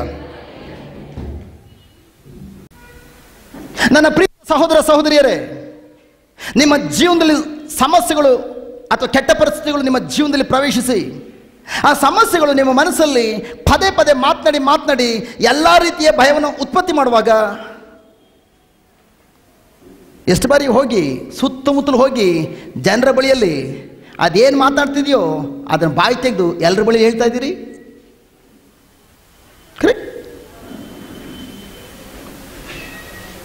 ಯಾಕೆ ಅಕ್ಕ ಸಪ್ಪಗಿದೆಯಾ? ಅಯ್ಯೋ ನಿನ್ನ ಜೊತೆನೇ ಬಂದೆ ಕಣವ. ಯಾಕೆ? ಡಡ ಡಡ ಡಡ ಡಡ ಡಡ ಡಡ. ಇದೆಲ್ಲ ಯಾರು ಹೇಳ್ಕೊಡ್ಲಿಲ್ಲ. ಇಲ್ಲಿ ಯಾರೊಬ್ರು ಮಾತಾಡ್ತಾವ್ರೆ.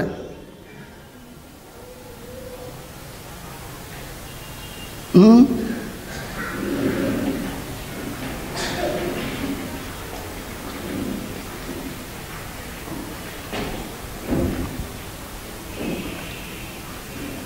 ಪ್ರೀತಿಯ ಸಹೋದರ ಸಹೋದರಿಯರೇ, ಆ ಸಮಸ್ಯೆಗಳ ನುಡಿಗಳು ನಿಮ್ಮ ಮನಸ್ಸಲ್ಲಿ ಪದೇ ಪದೇ ಮಾತನಾಡುವಾಗ, ನಿಮ್ಮ ಮನಸ್ಸಿನಲ್ಲಿ ಪದೇ ಪದೇ ಒತ್ತಡವನ್ನು ಏರುವಾಗ, ನೀವು ಆ ಸಮಸ್ಯೆ ಜೊತೆಯಲ್ಲಿ ದೇವರ ವಾಕ್ಯವನ್ನು ತೆಗೆದುಕೊಂಡು ದೇವರ ವಾಕ್ಯದೊಂದಿಗೆ ಸರಿಯಾದ ರೀತಿಯಲ್ಲಿ ಉತ್ತರಿಸದೆ ಹೋದಲ್ಲಿ ನೀವು ಸದಾಕಾಲ ಆ ಸಮಸ್ಯೆ ಕೊಡುವಂಥ ಚಿತ್ರಹಿಂಸೆಗೆ ನಿಮ್ಮನ್ನೇ ನೀವು ಬಲಿಪಶುವಾಗಿ ಮಾಡ್ಕೊಳ್ತೀರಿ. ಫಾಸ್ಟ್ ಯಾವಾಗ ಒಂದು ಆಲೋಚನೆ ಬರ್ತದೋ, ಜಸ್ಟ್ ಅದು ನಿಮ್ಮ ಮನೆಗೆ ಪ್ರವೇಶ ಮಾಡಲಿಕ್ಕಾಗಿ, ನಿಮ್ಮ ಒಳಗಡೆ ಪ್ರವೇಶ ಮಾಡಲಿಕ್ಕಾಗಿ ಸೈತಾನಿಂದ ಬಂದಿರುವುದು ಒಂದು ನೋಟಿಸ್. ನಿಮ್ಮನ್ನು ಅರೆಸ್ಟ್ ಮಾಡಲಿಕ್ಕಾಗಿ ಯಾವ ರೀತಿ ಅರೆಸ್ಟ್ ವಾರೆಂಟ್ ನಿಮ್ಮ ಮನೆಗೆ ತಲುಪ್ತದೋ, ಪೊಲೀಸರು ನಿಮ್ಮನ್ನು ಅರೆಸ್ಟ್ ಮಾಡುವಂಥ ಮೊದಲು ಅರೆಸ್ಟ್ ವಾರೆಂಟ್ ನಿಮ್ಮ ಮೊದಲು ಶೋ ಮಾಡ್ತಾರೆ, ತೋರಿಸ್ತಾರೆ. ಇನ್ ದ ಸೇಮ್ ವೇ ದುರಾತ್ಮನು ನಿಮ್ಮನ್ನು ಅರೆಸ್ಟ್ ಮಾಡುವಂಥ ಮೊದಲು ನಿಮ್ಮ ಮನಸ್ಸಿನ ಮೂಲಕ ಸಮಸ್ಯೆ ಬಗ್ಗೆ ಒಂದು ಆಲೋಚನೆ ಎಂಬ ನೋಟಿಸನ್ನು ನಿಮ್ಮ ಮುಂದೆ ಬಿಸಾಡ್ತಾನೆ. ಆ ನೋಟಿಸನ್ನು ವಾಪಸ್ ಒದ್ದೋಡಿಸ್ಬೇಕಾ ಅಥವಾ ಅದನ್ನು ಸ್ವೀಕರಿಸಿಕೊಂಡು ನೋಟಿಸ್ ಬಂದುಬಿಟ್ಟಿದೆ, ನೋಟಿಸ್ ಬಂದುಬಿಟ್ಟಿದೆ, ನೋಟಿಸ್ ಬಂದುಬಿಟ್ಟಿದೆ. ಯಾವಾಗ ನೀವು ನೋಟಿಸ್ ಬಂದಿದೆ ಎಂಬುದಾಗಿ ನೀವು ಯೋಚನೆ ಮಾಡ್ತೀರಿ, ಆಗ ನೀವು ಪೊಲೀಸರಿಗೆ ಸಿಕ್ಕೊಳ್ಳೋದು ಅಂತೇಳಿ ತಪ್ಪಿಸ್ಕೊಳ್ಳೋಕೆ ಕೊಡ್ತೀರಿ, ಅಲ್ಲಿ ಔತ್ಕೊಳ್ಳೋದು. ಅವಾಗ ಏನಾಗ್ತದೆ, ಶೂಟ್ ಅಂಡ್ ಜಸ್ಟ್ ಸಿಕ್ಕದ ಕಡೆ ಶೂಟ್ ಮಾಡಿ ಎಂಬುದಾಗಿ ಆರ್ಡರ್ ಇಶ್ಯೂ ಮಾಡ್ತಾರೆ. Correct. In the same way, ಅದೇ ರೀತಿ ಪ್ರಿಯರೇ, ಸೈತಾನನು ನಿಮ್ಮ ಮನಸ್ಸಲ್ಲಿ ಬಂದು ಸಮಸ್ಯೆಗಳ ಬಗ್ಗೆ ಪದೇ ಪದೇ ನುಡಿಯುವಾಗ ನಿಮ್ಮ ಜೀವನದಲ್ಲಿ ಎಲ್ಲ ಏರಿಯಾದಲ್ಲೂ ಕೂಡ ಭಯ ಆವರಿಸಿಕೊಂಡು ನೀವು ಭಯದಲ್ಲಿ ಎಲ್ಲ ಕಡೆ ಓಡ್ತೀರಿ. ಅಲ್ಲಿ ಧ್ಯಾನಕೂಟ, ಇಲ್ಲಿ ಧ್ಯಾನಕೂಟ, ಅಲ್ಲಿ ಈ ಬ್ರದರು, ಅಲ್ಲಿ ಆ ಬ್ರದರು, ನೀವು ಬರೀ ಹಿಂಗೆ ತಪ್ಪಿಸ್ಕೊಂಡು ಓಡಾಡ್ತಾ ಇದ್ರೆ ಒಂದು ದಿನ ಕಣ್ಣು ಕಾಣದ ರೀತಿಯಲ್ಲಿ ನಿಮ್ಮನ್ನು ಶೂಟ್ ಮಾಡಿ ಕತೆ ಮುಗಿಸ್ಬಿಡ್ತಾನೆ. ಅನೇಕ ಮಕ್ಕಳು ಹೇಳುವಂಥ ಒಂದು ಕಂಪ್ಲೇಂಟ್ ಏನು ಗೊತ್ತಾ, ಎಸ್ಪೆಷಲಿ ನನ್ನ ಬಗ್ಗೆ, ಅಯ್ಯೋ ಬ್ರದರ್ ಹತ್ರ ಹೋದರೆ ನಮ್ಮ ತಲೆ ಮೇಲೆ ಕೈ ಇಡೋದಿಲ್ಲ, ಕಾಲು ಇಡೋದಿಲ್ಲ. ಬಟ್ ಆ ಬ್ರದರ್ ಹತ್ರ ಹೋದರೆ ಏನೆಲ್ಲ ಎಲ್ಲಿ ಹಿಡಿ ಅಂತ ಹೇಳ್ತೀವಿ ಅಲ್ಲೆಲ್ಲ ಇಡ್ತಾರೆ, ಬಟ್ ನಮಗೇನು ಕೈ ಇಡೋಲ್ಲ ಇವರು. ಕೈ ಹಿಡಿದ್ರದ್ದೇನು ಪ್ರಯೋಜನ ಆಗೋದಿಲ್ಲ ಪ್ರಿಯರೇ. ಬಟ್ ನೀವು ಬಾಯಿ ತೆಗೆದು ಆ ಸಮಸ್ಯೆಗೆ ನುಡಿಯೋದ್ರಿಂದ ನಿಮಗೆ ಪ್ರಯೋಜನ ಆಗ್ತದೆ. ಯಾವುದು ಒಳ್ಳೆಯದು? ಕೈ ಇಡೋದು ಒಳ್ಳೆಯದಾ? ದೇವ್ರ ವಾಕ್ಯ ನುಡಿಯೋದು ಒಳ್ಳೆಯದಾ? ಗುಡ್. ನೀವು ಯಾತಕ್ಕೆ ಬಂದಿದ್ದೀರಿ? ನೀವು ಯಾತಕ್ಕೆ ಬಂದಿದ್ದೀರಿ? ಮುಂದೆ ಹಿಂದೇರಿಯವರು ಬ್ರದರ್ ಟೈಮ್ ಆಯ್ತು ಬ್ರದರ್, ಊಟ ಯಾವಾಗ ಬರ್ತದೆ ಬ್ರದರ್? ಹೇ, ನೀವು ಕರೆಕ್ಟ್ ಟೈಮಿಗೆ ಈ ಶರೀರಕ್ಕೆ ಊಟ ಕೊಡ್ಬೋದು. ಅದೇ ಥರ ನಿಮ್ಮ ಆತ್ಮಕ್ಕೆ ಬೇಕಂತ ಆಹಾರ ದೇವರ ವಾಕ್ಯ ಆಗಿದೆ. ಆ ವಾಕ್ಯವನ್ನು ಸರಿಯಾಗಿ ನೀವು ಕೊಡದೆ ಹೋದಲ್ಲಿ ಮುಂದೆ ಒಂದಿನ ಅನೇಕ ರೋಗಗಳು ನಿಮಗೆ ಅಟ್ಯಾಕ್ ಮಾಡಿ, ಅನೇಕ ಸಮಸ್ಯೆಗಳು ನಿಮ್ಮನ್ನು ಅಟ್ಯಾಕ್ ಮಾಡಿ ನಿಮಗೆ ತೊಂದರೆ ಕೊಟ್ಟು ನೀವು ಈವನ್ ಫಸ್ಟ್ ಕ್ಲಾಸಾಗಿ ಡಯಟ್ ಫುಡ್ ತಿನ್ಬೋದು, ಒಳ್ಳೆ ಡಯಟ್ ಮಾಡ್ಬೋದು. ನೋಡಲಿಕ್ಕೆ ಸಣ್ಣದಾಗಿ ಸ್ಲಿಮ್ ಆಗಿ ನೀವು ನಡ್ಕೊಂಡು ಹೋಗುವಾಗ ಎಲ್ಲರೂ ಎಂಥ ಸ್ಟೈಲ್ ಮುತ್ತು ಕೊಡ್ಬೋದು.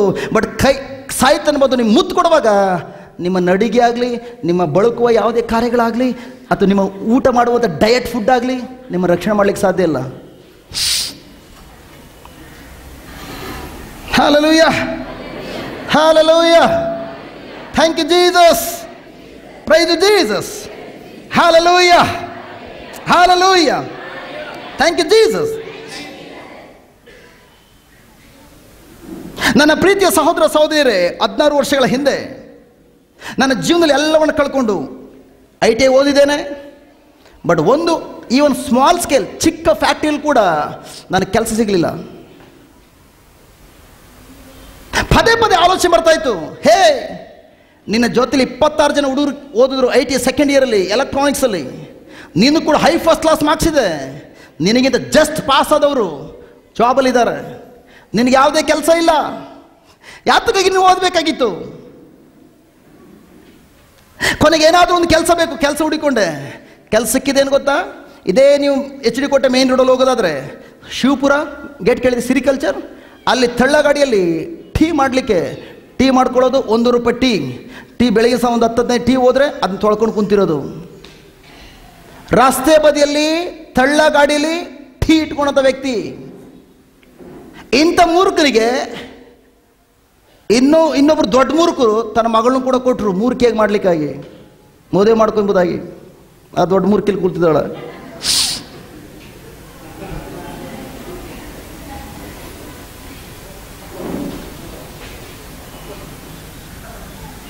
But praise be to God. ಆ ಸಂದರ್ಭದಲ್ಲಿ ಸಾಯ್ತಾನು ಪದೇ ಪದೇ ಆಲೋಚನೆ ಬರ್ತಾ ಇತ್ತು, ಹೇ ನೀನು ದೊಡ್ಡ ಮೂರ್ಖಿ, ಈಗ ಹೋಗಿ ಈ ಮೂರ್ಖನ ಮದುವೆ ಮಾಡ್ಕೊಂಡಿದ್ಯಾ? ನಿನ್ನ ಗಂಡಿಗೆ ಏನು ಕೆಲಸ? ರಸ್ತೆ ಬದಲಿ ಎಂಜಲೋಟ ತೊಳ್ಕೊಂಡಿದ್ದಾನೆ. ಏನು ಓದಿರೋದು? ITI. ಅಯ್ಯೋ, ಆಫ್ಟರ್ ಒಂದು ಫ್ಯಾಕ್ಟ್ರಿ ಕೆಲಸ ಸಿಕ್ಕಿಲ್ವಾ? ಹೇ, ನೀನು ಯಾತಕ್ಕೆ ಓದಬೇಕಾಗಿತ್ತು? ನಿಮ್ಮ ಅಮ್ಮ ಗಾರೆ ಕೆಲಸ ಮಾಡಿ ನಿನ್ನ ITI ಓದಿಸಿದ್ರು. ಬಟ್ ನಿನ್ನ ಪರಿಸ್ಥಿತಿ ಏನು? ಒಂದು ಜಾಬ್. ನಿಮ್ಮ ಅಮ್ಮ ನೋಡ್ಕೊಳ್ಳೋದು ಬೇಡ, ಅಟ್ಲೀಸ್ಟ್ ನಿನ್ನ ಜೀವನ ನೋಡ್ಕೊಳ್ಳಿಕ್ಕೆ, ಸಂಪಾದನೆ ಮಾಡಲಿಕ್ಕೆ ಒಂದು ಫ್ಯಾಕ್ಟ್ರಿ ಕೆಲಸ ಸಿಕ್ಕಿಲ್ವಾ? ರಸ್ತೆ ಬದಿಯಲ್ಲಿ ಏನು ಓದಲಿರುವಂಥ ವ್ಯಕ್ತಿ ಟೀ ಮಾಡಿಕೊಂಡು ತೊಳ್ಕೊಂಡಿರುವಂಥ ರೀತಿಯಲ್ಲಿ ನೀನು ಇವತ್ತು ಕೆಲಸ ಮಾಡ್ತಾ ಇದೀಯಾ? ನೀನು ಇದೇನು ಪ್ರಯೋಜನ?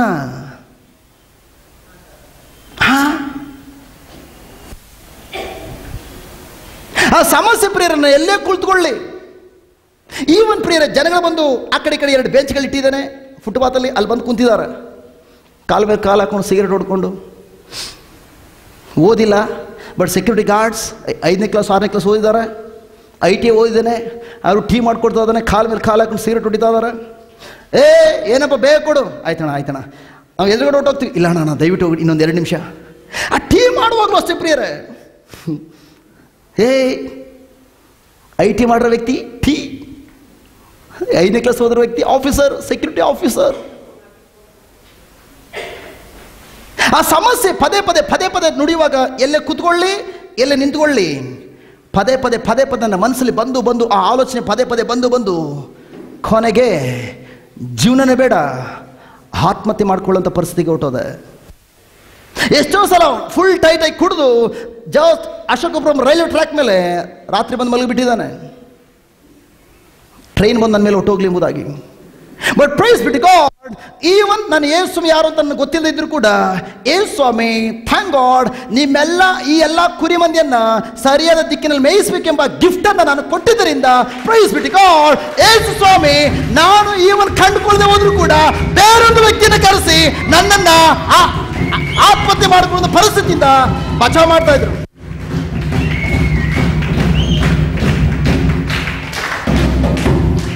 ಹೇ ಬ್ರದರ್, ನಾನು ನಿಮಗದೇ ಸೇಮ್ ಕರೆ ಹೇಳ್ತಾ ಇದ್ದಾನೆ. ಸಾಯ್ತಾನೇನು ಕಣ್ಣು ಹಾಕಿದಾನೋ? ಯಾಕೆಂದರೆ ನಿಮ್ಮ ಒಳಗಡೆ ಸಾವಿರಾರು ಲಕ್ಷಾಂತರ ಕುರಿಗಳನ್ನು ಕಾಯುವಂಥ ಪವರ್ ಒಳಗಡೆ ಇದೆ.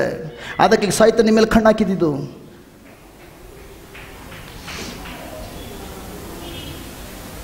Hallelujah, hallelujah, thank you Jesus, praise Jesus, hallelujah, hallelujah.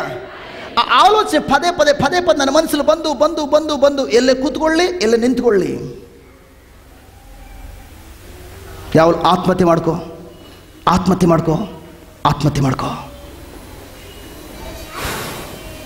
ಅದು ಯಾವ ರೀತಿ ನೆರವೇರ್ತದೆ ಅಂದರೆ ನಾನು ನಿಮ್ಗೆ ತಿಳಿಸ್ತಾನೆ.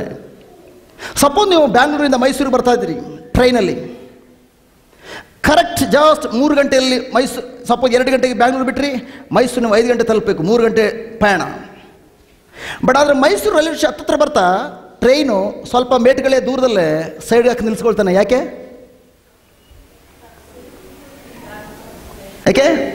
ಯಾಕೆಂದರೆ ಅಲ್ಲಿ ಪ್ಲ್ಯಾಟ್ಫಾರ್ಮ್ ಖಾಲಿ ಇಲ್ಲದೇ ಇರೋದ್ರಿಂದ. ಆ ಪ್ಲ್ಯಾಟ್ಫಾರ್ಮ್ ಖಾಲಿ ಇದೆ ಇಲ್ಲಿ ಎಂಬುದು ತಿಳ್ಕೊಳ್ಳಿಕ್ಕಾಗಿ ಆತನು ಕಂಟ್ರೋಲ್ ರೂಮಿಗೆ ಫೋನ್ ಮಾಡಿರ್ತಾನೆ. ಕಂಟ್ರೋಲ್ ರೂಮಿಂದ ಮೆಸೇಜ್ ಬರಬೇಕು, ನಾನು ಬರ್ತಾ ಇದ್ದಾನೆ, ಪ್ಲ್ಯಾಟ್ಫಾರ್ಮ್ ನಂಬರ್ ಈ ನಂಬರ್ ಖಾಲಿ ಇದೆಯಾ ಅಲ್ಲಿ? ಇಲ್ಲ. ಸೊ ಅದಕ್ಕೋಸ್ಕರ ಸೈಡ್ಗೆ ಹಾಕಿರ್ತಾನೆ. ಅಲ್ಲಿಂದ ಯಾವಾಗ ಮೆಸೇಜ್ ಬರ್ತದೋ ಎಸ್ ಖಾಲಿ ಆಗಿದೆ, ಆಗ ಆ ಟ್ರೈನನ್ನು ಓಡಿಸುವ ಡ್ರೈವರ್ ಟ್ರೈನ್ ತಂದು ಆ ಪ್ಲ್ಯಾಟ್ಫಾರ್ಮ್ ತಂದು ನಿಲ್ಲಿಸ್ತಾನೆ. ಆವಾಗ ನೀವೆಲ್ಲರೂ ಇಳಿತೀರಿ. Correct? In the same way ಪ್ರಿಯರೇ, ಅದೇ ರೀತಿ ಸಮಸ್ಯೆ ಬಂದು ನಿಮ್ಮ ಮನಸ್ಸಲ್ಲಿ ಮಾತನಾಡುವಾಗ ಫಸ್ಟ್ ಟೈಮ್ ಆ ಸಮಸ್ಯೆ ನಿಮ್ಮ ಮನಸ್ಸಲ್ಲಿ ಬಂದು ಮಾತನಾಡುವಾಗ ನಿಮ್ಮ ಪರ್ಮಿಷನ್ ಕೇಳ್ತದೆ. ನಾನು ಒಳಗಡೆ ಪ್ರವೇಶಿಸಬಹುದಾ? ನಿಮ್ಮ ಅಪ್ಪಣೆ ಬೇಕು. ಸಮಸ್ಯೆ ಡೈರೆಕ್ಟ್ ಆಗಿ ಪ್ರಿಯರೇ ನಿಮ್ಮ ಒಳಗಡೆ ಬಂದು ನಿಮ್ಮ ಜೀವನದಲ್ಲಿ ನೆಲೆಗೊಳ್ಳೋದಿಲ್ಲ. ನಿಮ್ಮ ಪರ್ಮಿಷನ್ ಬೇಕು, ನಿಮ್ಮ ಅನುಮತಿ ಬೇಕು. ಆ ಸಮಸ್ಯೆ ನಿಮ್ಮ ಜೊತೆಲಿ ಮಾತನಾಡ್ತಿರುವಾಗ ನೀವು ಅದರೊಂದಿಗೆ ಫೈಟ್ ಮಾಡದೆ ಹೋದರೆ, ಅದರೊಂದಿಗೆ ದೇವರ ವಾಕ್ಯನ ಉಪಯೋಗಿಸಿಕೊಂಡು ಅದಕ್ಕೆ ನೀವು ನುಡಿಯದೆ ಹೋದರೆ, ನೀವು ಬರೀ ಕೇವಲ ಬಾಯಿ ಮುಚ್ಚಿ ಕುಳಿತುಕೊಂಡಿದ್ರೆ ಮನಸ್ಸಲ್ಲಿ ಎಲ್ಲೋ ಒಂದು ಕಡೆ ಬಂದು ಸ್ವಲ್ಪ ಭಾಗವನ್ನು ಮಾತ್ರ ಆಕ್ರಮಿಸಿಕೊಳ್ತದೆ. ಮೊದಲು ಒಂದು ಆಲೋಚನೆ ಬಂದು ನೀವು ಅದನ್ನು ಗದರಿಸಿದ್ರೆ ದೇವರ ವಾಕ್ಯದ ಮೂಲಕ ಹೊರಟೋಗ್ತದೆ. ಬಟ್ ನೀವು ಗದರಿಸದೆ ನೀವು ಬಾಯಿ ಮುಚ್ಚಿ ಕುಳಿತುಕೊಂಡ್ರಿ, ಅದು ಆ ಆಲೋಚನೆ ನಿಮ್ಮ ಮನಸ್ಸಲ್ಲಿ ಬಂದ್ಬಿಟ್ಟು ಎಲ್ಲೋ ಒಂದು ಕಡೆ ಹೋಗಿ ಸ್ಥಳ ಮಾಡಿಕೊಂಡು ಒಂದು ಪ್ಲಾಟ್ಫಾರ್ಮಲ್ಲಿ ನಿಂತ್ಕೊಳ್ತದೆ. Hallelujah, hallelujah, hallelujah. ಅದು ನಿಮ್ಮ ಮನಸ್ಸಲ್ಲಿ ಬಂದು ಎಲ್ಲೋ ಒಂದು ಕಡೆ ನಿಂತ್ಕೊಳ್ಳುವಾಗ ಸ್ವಲ್ಪ ಭಾಗವನ್ನು ಮಾತ್ರ ಆಕ್ರಮಿಸಿಕೊಂಡಿರ್ತದೆ. ಆಗ ಅದೊಂದೇ ಇರೋದಿಲ್ಲ, ಮತ್ತೆ ಅದೇ ಆಲೋಚನೆ ಮತ್ತೆ ಮತ್ತೆ ನಿಮ್ಮ ಜೊತೆ ಮಾತನಾಡಿ ಮತ್ತೆ ಮತ್ತೆ ಮಾತನಾಡಿ ಒಂದು ಸ್ವಲ್ಪ ಜಾಗದಿಂದ ಇನ್ನೊಂದು ಸ್ವಲ್ಪ ಜಾಗವನ್ನು ಆಕ್ರಮಿಸಿಕೊಳ್ತದೆ, ಇನ್ನೊಂದು ಸ್ವಲ್ಪ ಜಾಗವನ್ನು ಆಕ್ರಮಿಸಿಕೊಳ್ತದೆ, ಇನ್ನೊಂದು ಸ್ವಲ್ಪ ಜಾಗವನ್ನು ಆಕ್ರಮಿಸಿಕೊಳ್ತದೆ. ಯಾಕೆ?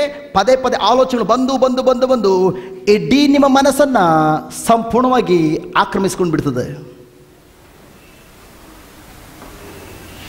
ಇನ್ ದ ಸೇಮ್ ವೇ ಪ್ರಿಯರೇ, ಅದೇ ರೀತಿ ಈ ಒಂದು ಪಾಪದ ಕಾರ್ಯಗಳು ಕೂಡ, ಈ ಲೋಕದ ಯಾವುದೊಂದು ಸುಖಭೋಗಗಳು, ಜಸ್ಟ್ ಯಾವುದೋ ಒಂದು ಕಾಮಾಭಿಲಾಷಿ ಆಲೋಚನೆಗಳು ಜಸ್ಟ್ ನಿಮ್ಮ ಮನಸ್ಸಲ್ಲಿ ಒಂದ್ಸಲ ಬರುವಾಗ ಜಸ್ಟ್ ಆ ಹುಡುಗ ಚೆನ್ನಾಗಿದ್ದಾನೆ, ಆ ಫಿಗರ್ ಚೆನ್ನಾಗಿದೆ, ಒಂದು ಥಾಟ್ ಒಂದು ಆಲೋಚನೆ ಸಾಕು.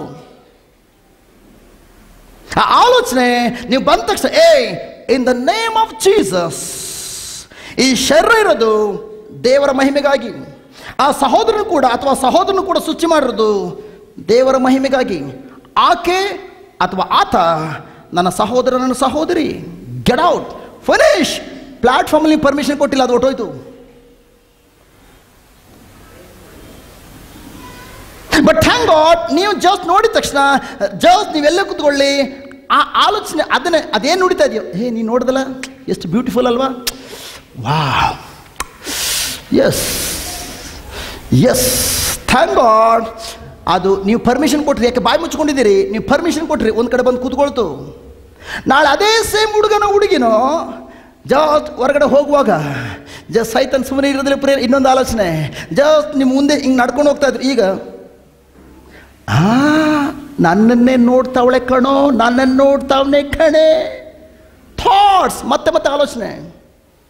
ಪಾಪ ಆ ಹುಡುಗ ನೋಡ್ತಿರೋದು ಯಾವ್ದೋ ಹಿಂದ್ಗಡೆ ಏನು ವೆಹಿಕಲ್ ಬಂದು ವಾಹನ ಬಂದ್ಬಿಡ್ತದೆ ಅಂತೇಳಿ ಸೈತನ ನಿನ್ನನ್ನೇ.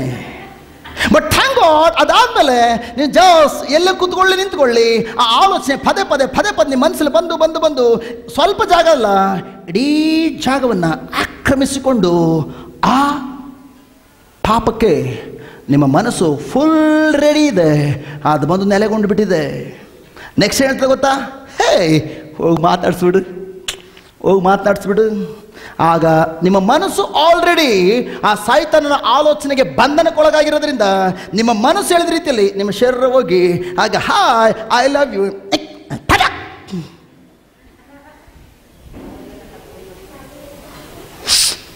ಹೇಳಿದ ಅರ್ಥ ಆಗಿರ್ಬೋದು.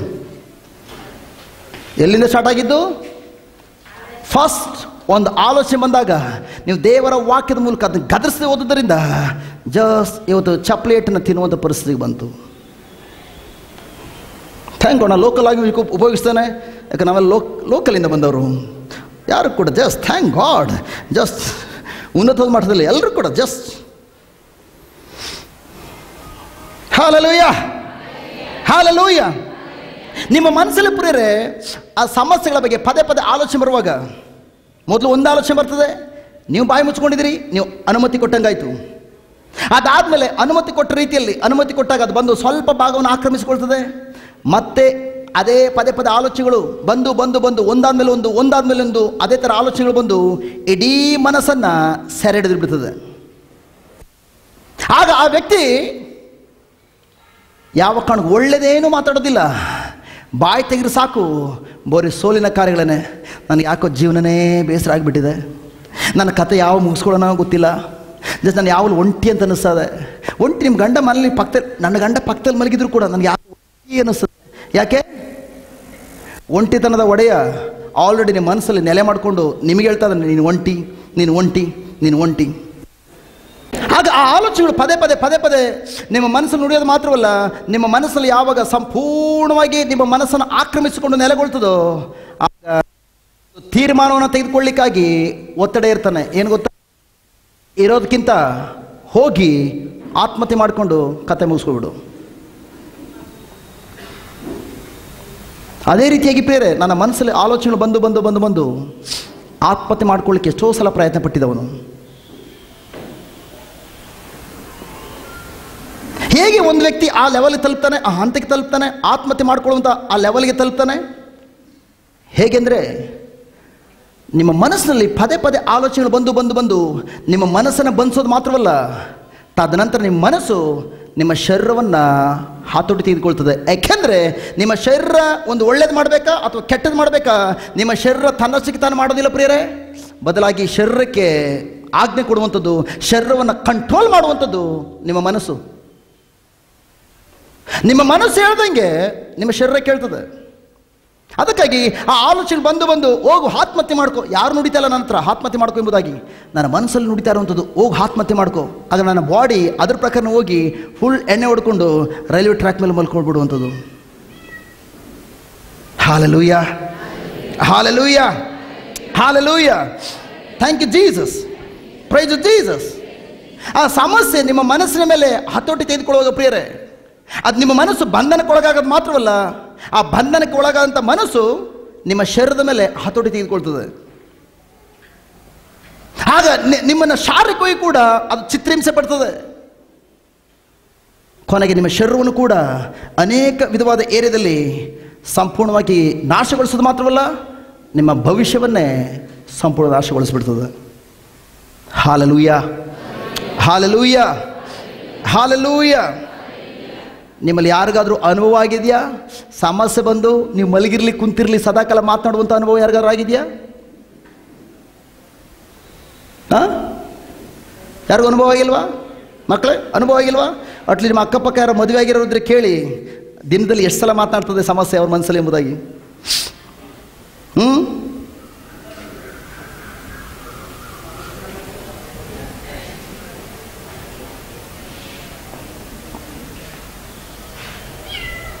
ನನ್ನ ಪ್ರೀತಿಯ ಸಹೋದರ ಸಹೋದರಿಯರೇ, ಯೇಸುವಿನ ಬಳಿಗೆ ಬರುವಂಥ ನಿಮಿಷದವರೆಗೂ ಸಮಸ್ಯೆ ನಿಮ್ಮ ಜೊತೆಲಿ ಮಾತನಾಡಿ ಮಾತನಾಡಿ ಮಾತನಾಡಿ ನಿಮ್ಮನ್ನು ಬಂಧನಕ್ಕೆ ಒಳಪಡಿಸ್ತಾ ಇತ್ತು.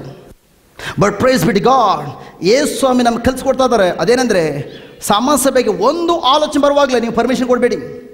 ತಕ್ಷಣ ಬಾಯಿ ತೆಗೆದು ನನ್ನ ವಾಕ್ಯಗಳನ್ನ, ದೇವರ ವಾಕ್ಯ ಉಪಯೋಗಿಸ್ಕೊಂಡು ಆ ಸಮಸ್ಯೆಗೆ ಉತ್ತರ ಕೊಡಿ. ಅದು ಯಾವುದೇ ರೀತಿಯಲ್ಲಿ ಒಂದು ಪ್ರಶ್ನೆ ಕೇಳಿದ್ರು ಕೂಡ, ನಿನ್ನ ಗಂಡ ಚೇಂಜ್ ಆಗ್ತಾನ? ನನ್ನ ಗಂಡ ಈಗಾಗಲೇ ಬದಲಾವಣೆ ಆಗಿದ್ದಾನೆ, ಹೋಗಲು. ನಿನ್ನ ಸಾಲ ತೀರ್ತದೆ? ಹೇ, ಬಾಯಿ ಮುಚ್ಕೊಂಡು ಹೋಗೋ, ನಿನ್ನ ಬಿಸ್ ನೀನು ನೋಡ್ಕೊಳ್ಳೋ. ನನ್ನ ಸಾಲನ ಆಲ್ರೆಡಿ ಯೇಸು ಈಗಾಗಲೇ ನನ್ನ ಬಡತನ ಶಾಪದಿಂದ ಬಿಡುಗಡೆ ಮಾಡಿದರೆ, ಹೋಗಲು. ನಿನ್ನ ಕೋರ್ಟ್ ಕೇಸ್ ಇಷ್ಟು ವರ್ಷ ಆಯ್ತು, ಗೆಲ್ತದ? ಹೋಗಲು. ನಾನು ಆಲ್ರೆಡಿ ಕೋರ್ಟ್ ಕೇಸನ್ನು ಜಯಿಸಿದ್ದೇನೆ, ಯಾಕಂದ್ರೆ ನನ್ನ ಯೇಸು ಆಲ್ರೆಡಿ ಜಯವನ್ನು ಕೊಟ್ಟು ಬಿಟ್ಟಿದ್ದಾರೆ. ಹೇ, ನೀನು ಆಲ್ರೆಡಿ ಈ ರೀತಿಯ ಬಂಧನದಲ್ಲಿದೆಯಾ, ಈ ರೀತಿ ಪಾಪದಲ್ಲಿದೆಯಾ, ಜಸ್ಟ್ ಈ ಪಾಪದ ಕಾರ್ಯಕ್ಕಾಗಿ ಶರಣು ಉಪಯೋಗಿಸ್ಕೊಳ್ತಾ ಇದೆಯಾ? ನೀನು ಇದರಿಂದ ಹೊರ ಬರ್ಲಿಕ್ಕೆ ಸಾಧ್ಯ ಇದೆಯಾ? ಹೇ, ಹೋಗಲು. ದೇವರು ವಾಸ ಮಾಡ್ತಿದ್ದು, ನನ್ನ ದೇಹವೇ ದೇವರ ಆಲಯ, ದೇವರು ನನ್ನಲ್ಲಿ ಒಳಗಡೆ ವಾಸ ಮಾಡ್ತಿದ್ದಾರೆ, ಯಾವುದೇ ಪಾಪ ಇಲ್ಲ, ಹೋಗಲು. ನೀವು ಯಾವಾಗ ವಾಕ್ಯ ಹಚ್ಚಿ ಕಾಲ ಕಳಿತೀರಿ, ಅದು ಪ್ರಿಯರೇ ನಿಮ್ಮನ್ನು ನಿಮ್ಮ ಶರೀರ ಅನೇಕ ಏರಿಯಾಗಳಲ್ಲಿ ಬಂಧನಕ್ಕೆ ಒಳಪಟ್ಟಿರ್ಬೋದು, ಪಾಪದ ಕಾರ್ಯಗಳನ್ನು ಆಸೆ ಪಡ್ತಾ ಇರ್ಬೋದು. ಈಸಿಯಾಗಿ ಆ ವಾಕ್ಯ ನಿಮ್ಮ ಮನಸ್ಸಿನ ಆಲೋಚನೆ ಒದ್ದೋಡಿಸ್ತದೆ. ನಿಮ್ಮ ಮನಸ್ಸಲ್ಲಿ ಯಾವಾಗ ಆ ಆಲೋಚನೆ ಒದ್ದು ಓಡಿಸ್ತೀರಿ, ಪ್ರೈಸ್ ಬಿ ಗಾಡ್, ನಿಮ್ಮ ಮನಸ್ಸು ಬಿಡುಗಡೆ ಆಗ್ತದೆ. ನಿಮ್ಮ ಮನಸ್ಸು ಯಾವಾಗ ಬಿಡುಗಡೆ ಆಗ್ತದೋ ನಿಮ್ಮ ಶರೀರ ಕೂಡ ಸಂಪೂರ್ಣವಾಗಿ ಪಾಪದಿಂದ ಬಿಡುಗಡೆ ಆಗ್ತದೆ. Praise the Lord, hallelujah, hallelujah. Thank you Jesus, praise Jesus, hallelujah, hallelujah. ನನ್ನ ಪ್ರೀತಿಯ ಸಹೋದರ ಸಹೋದರಿಯರೇ, ಈಗ ಮಧ್ಯಾಹ್ನ ತರಗತಿ ವೆರಿ ವೆರಿ ಇಂಪಾರ್ಟೆಂಟ್. ನೀವು ಯಾವ ರೀತಿ ನಿಮ್ಮ ಜೀವನದಲ್ಲಿ ಬರುವ ಸಮಸ್ಯೆಗಳನ್ನು ಆಜ್ಞೆ ಮಾಡಿ ಯೇಸು ಕೊಟ್ಟಂಥ ಜಯವನ್ನು ನೀವು ಅನುಭವಿಸಬೇಕು. ನಾನು ಹೇಳ್ತಿದ್ದಲ್ಲ, ಇವತ್ತಿನ ಟಾಪಿಕ್ ನೀವು ಪ್ರತಿದಿನ ಮನೇಲಿ ಹೋಗಿ ನೀವು ಆಲಿಸೋದಾದರೆ ನಿಮ್ಮ ಜೀವನ ಏನೇ ಸಮಸ್ಯೆ ಬರಲಿ, ಥ್ಯಾಂಕ್ ಗಾಡ್, ನಿಮ್ಮ ಮನೆಯಲ್ಲಿ ನಿಮ್ಮ ಪ್ರೀತಿ ಪಾತ್ರದಿಂದ ಸಮಸ್ಯೆ ಬರ್ಬೋದು, ಬಟ್ ಸಮಸ್ಯೆ ಮೊದಲು ನೀವು ಡ್ಯಾನ್ಸ್ ಮಾಡ್ತಾ ಇರ್ತೀರಿ. ನಿಮ್ಮ ಊರ್ಲಿರೋ ವ್ಯಕ್ತಿಗಳಿಗೆ ಆಶ್ಚರ್ಯ, ನಿಮ್ಮ ಮನೇಲಿರುವಂಥ ವ್ಯಕ್ತಿಗಳಿಗೆ ಆಶ್ಚರ್ಯ. ಅರೇ, ಈ ಭಾನುವಾರದಿಂದ ಇವ್ರಿಗೆ ಏನಾಯಿತು, ತಲೆಗೆಲೆ ಕೆಟ್ಟೋಯ್ತಾ? ಅಯ್ಯೋ, ಉಚಿತರ ಆಡ್ತಾವಳಲ್ಲಪ್ಪ, ಉಚಿತರ ಆಡ್ತಾವನಲ್ಲ. ಈ ಒಂದು ಶಿಷ್ಯರು ಕೂಡ ಯೇಸು ನೋಡಿ ಹಂಗೆ ಹೇಳಿದ್ದು, ಇದೇನು ಹುಚ್ಚಿನ ಥರ ಹೋಗಿ ಹಣ್ಣು ಹುಡುಕ್ತಾ ಇದಾರಲ್ಲ, ಹುಚ್ಚಿನ ಥರ ಹೋಗಿ ಮಾರ ಜೊತೆ ಮಾತಾಡ್ತಾ ಇದ್ದಾರಲ್ಲ ನಮ್ಮ ಗುರು. ಬಟ್ ಯಾವಾಗ ಮಾರನೇ ದಿನ ಹಿಂದಿರುಗಿ ಬರುವಾಗ ಯೇಸು ಏನು ನುಡಿದಿದ್ರು ಅದು ನೆರವೇರಿದಾಗ ಇವ್ರಿಗೆ ಹುಚ್ಚಿಡ್ಕೊಂಡದ್ದು.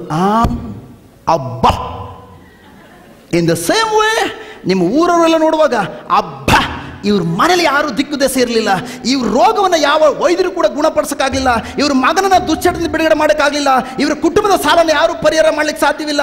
ಬಟ್ ಇವ್ರು ಯಾವಾಗ ಯೇಸುವನ್ನು ನಂಬಿದ್ರು, ಯೇಸುವಿನ ವಾಕ್ಯದ ಪ್ರಕಾರ ಜೀವಿಸಿದ್ರು, ಪ್ರಾರ್ಥನೆ ಕೂಡಲು ಭಾಗವಹಿಸಿದ್ರು, ಅಬ್ಬ ಹೇಗಿದ್ ನೆರವೇರಿತು.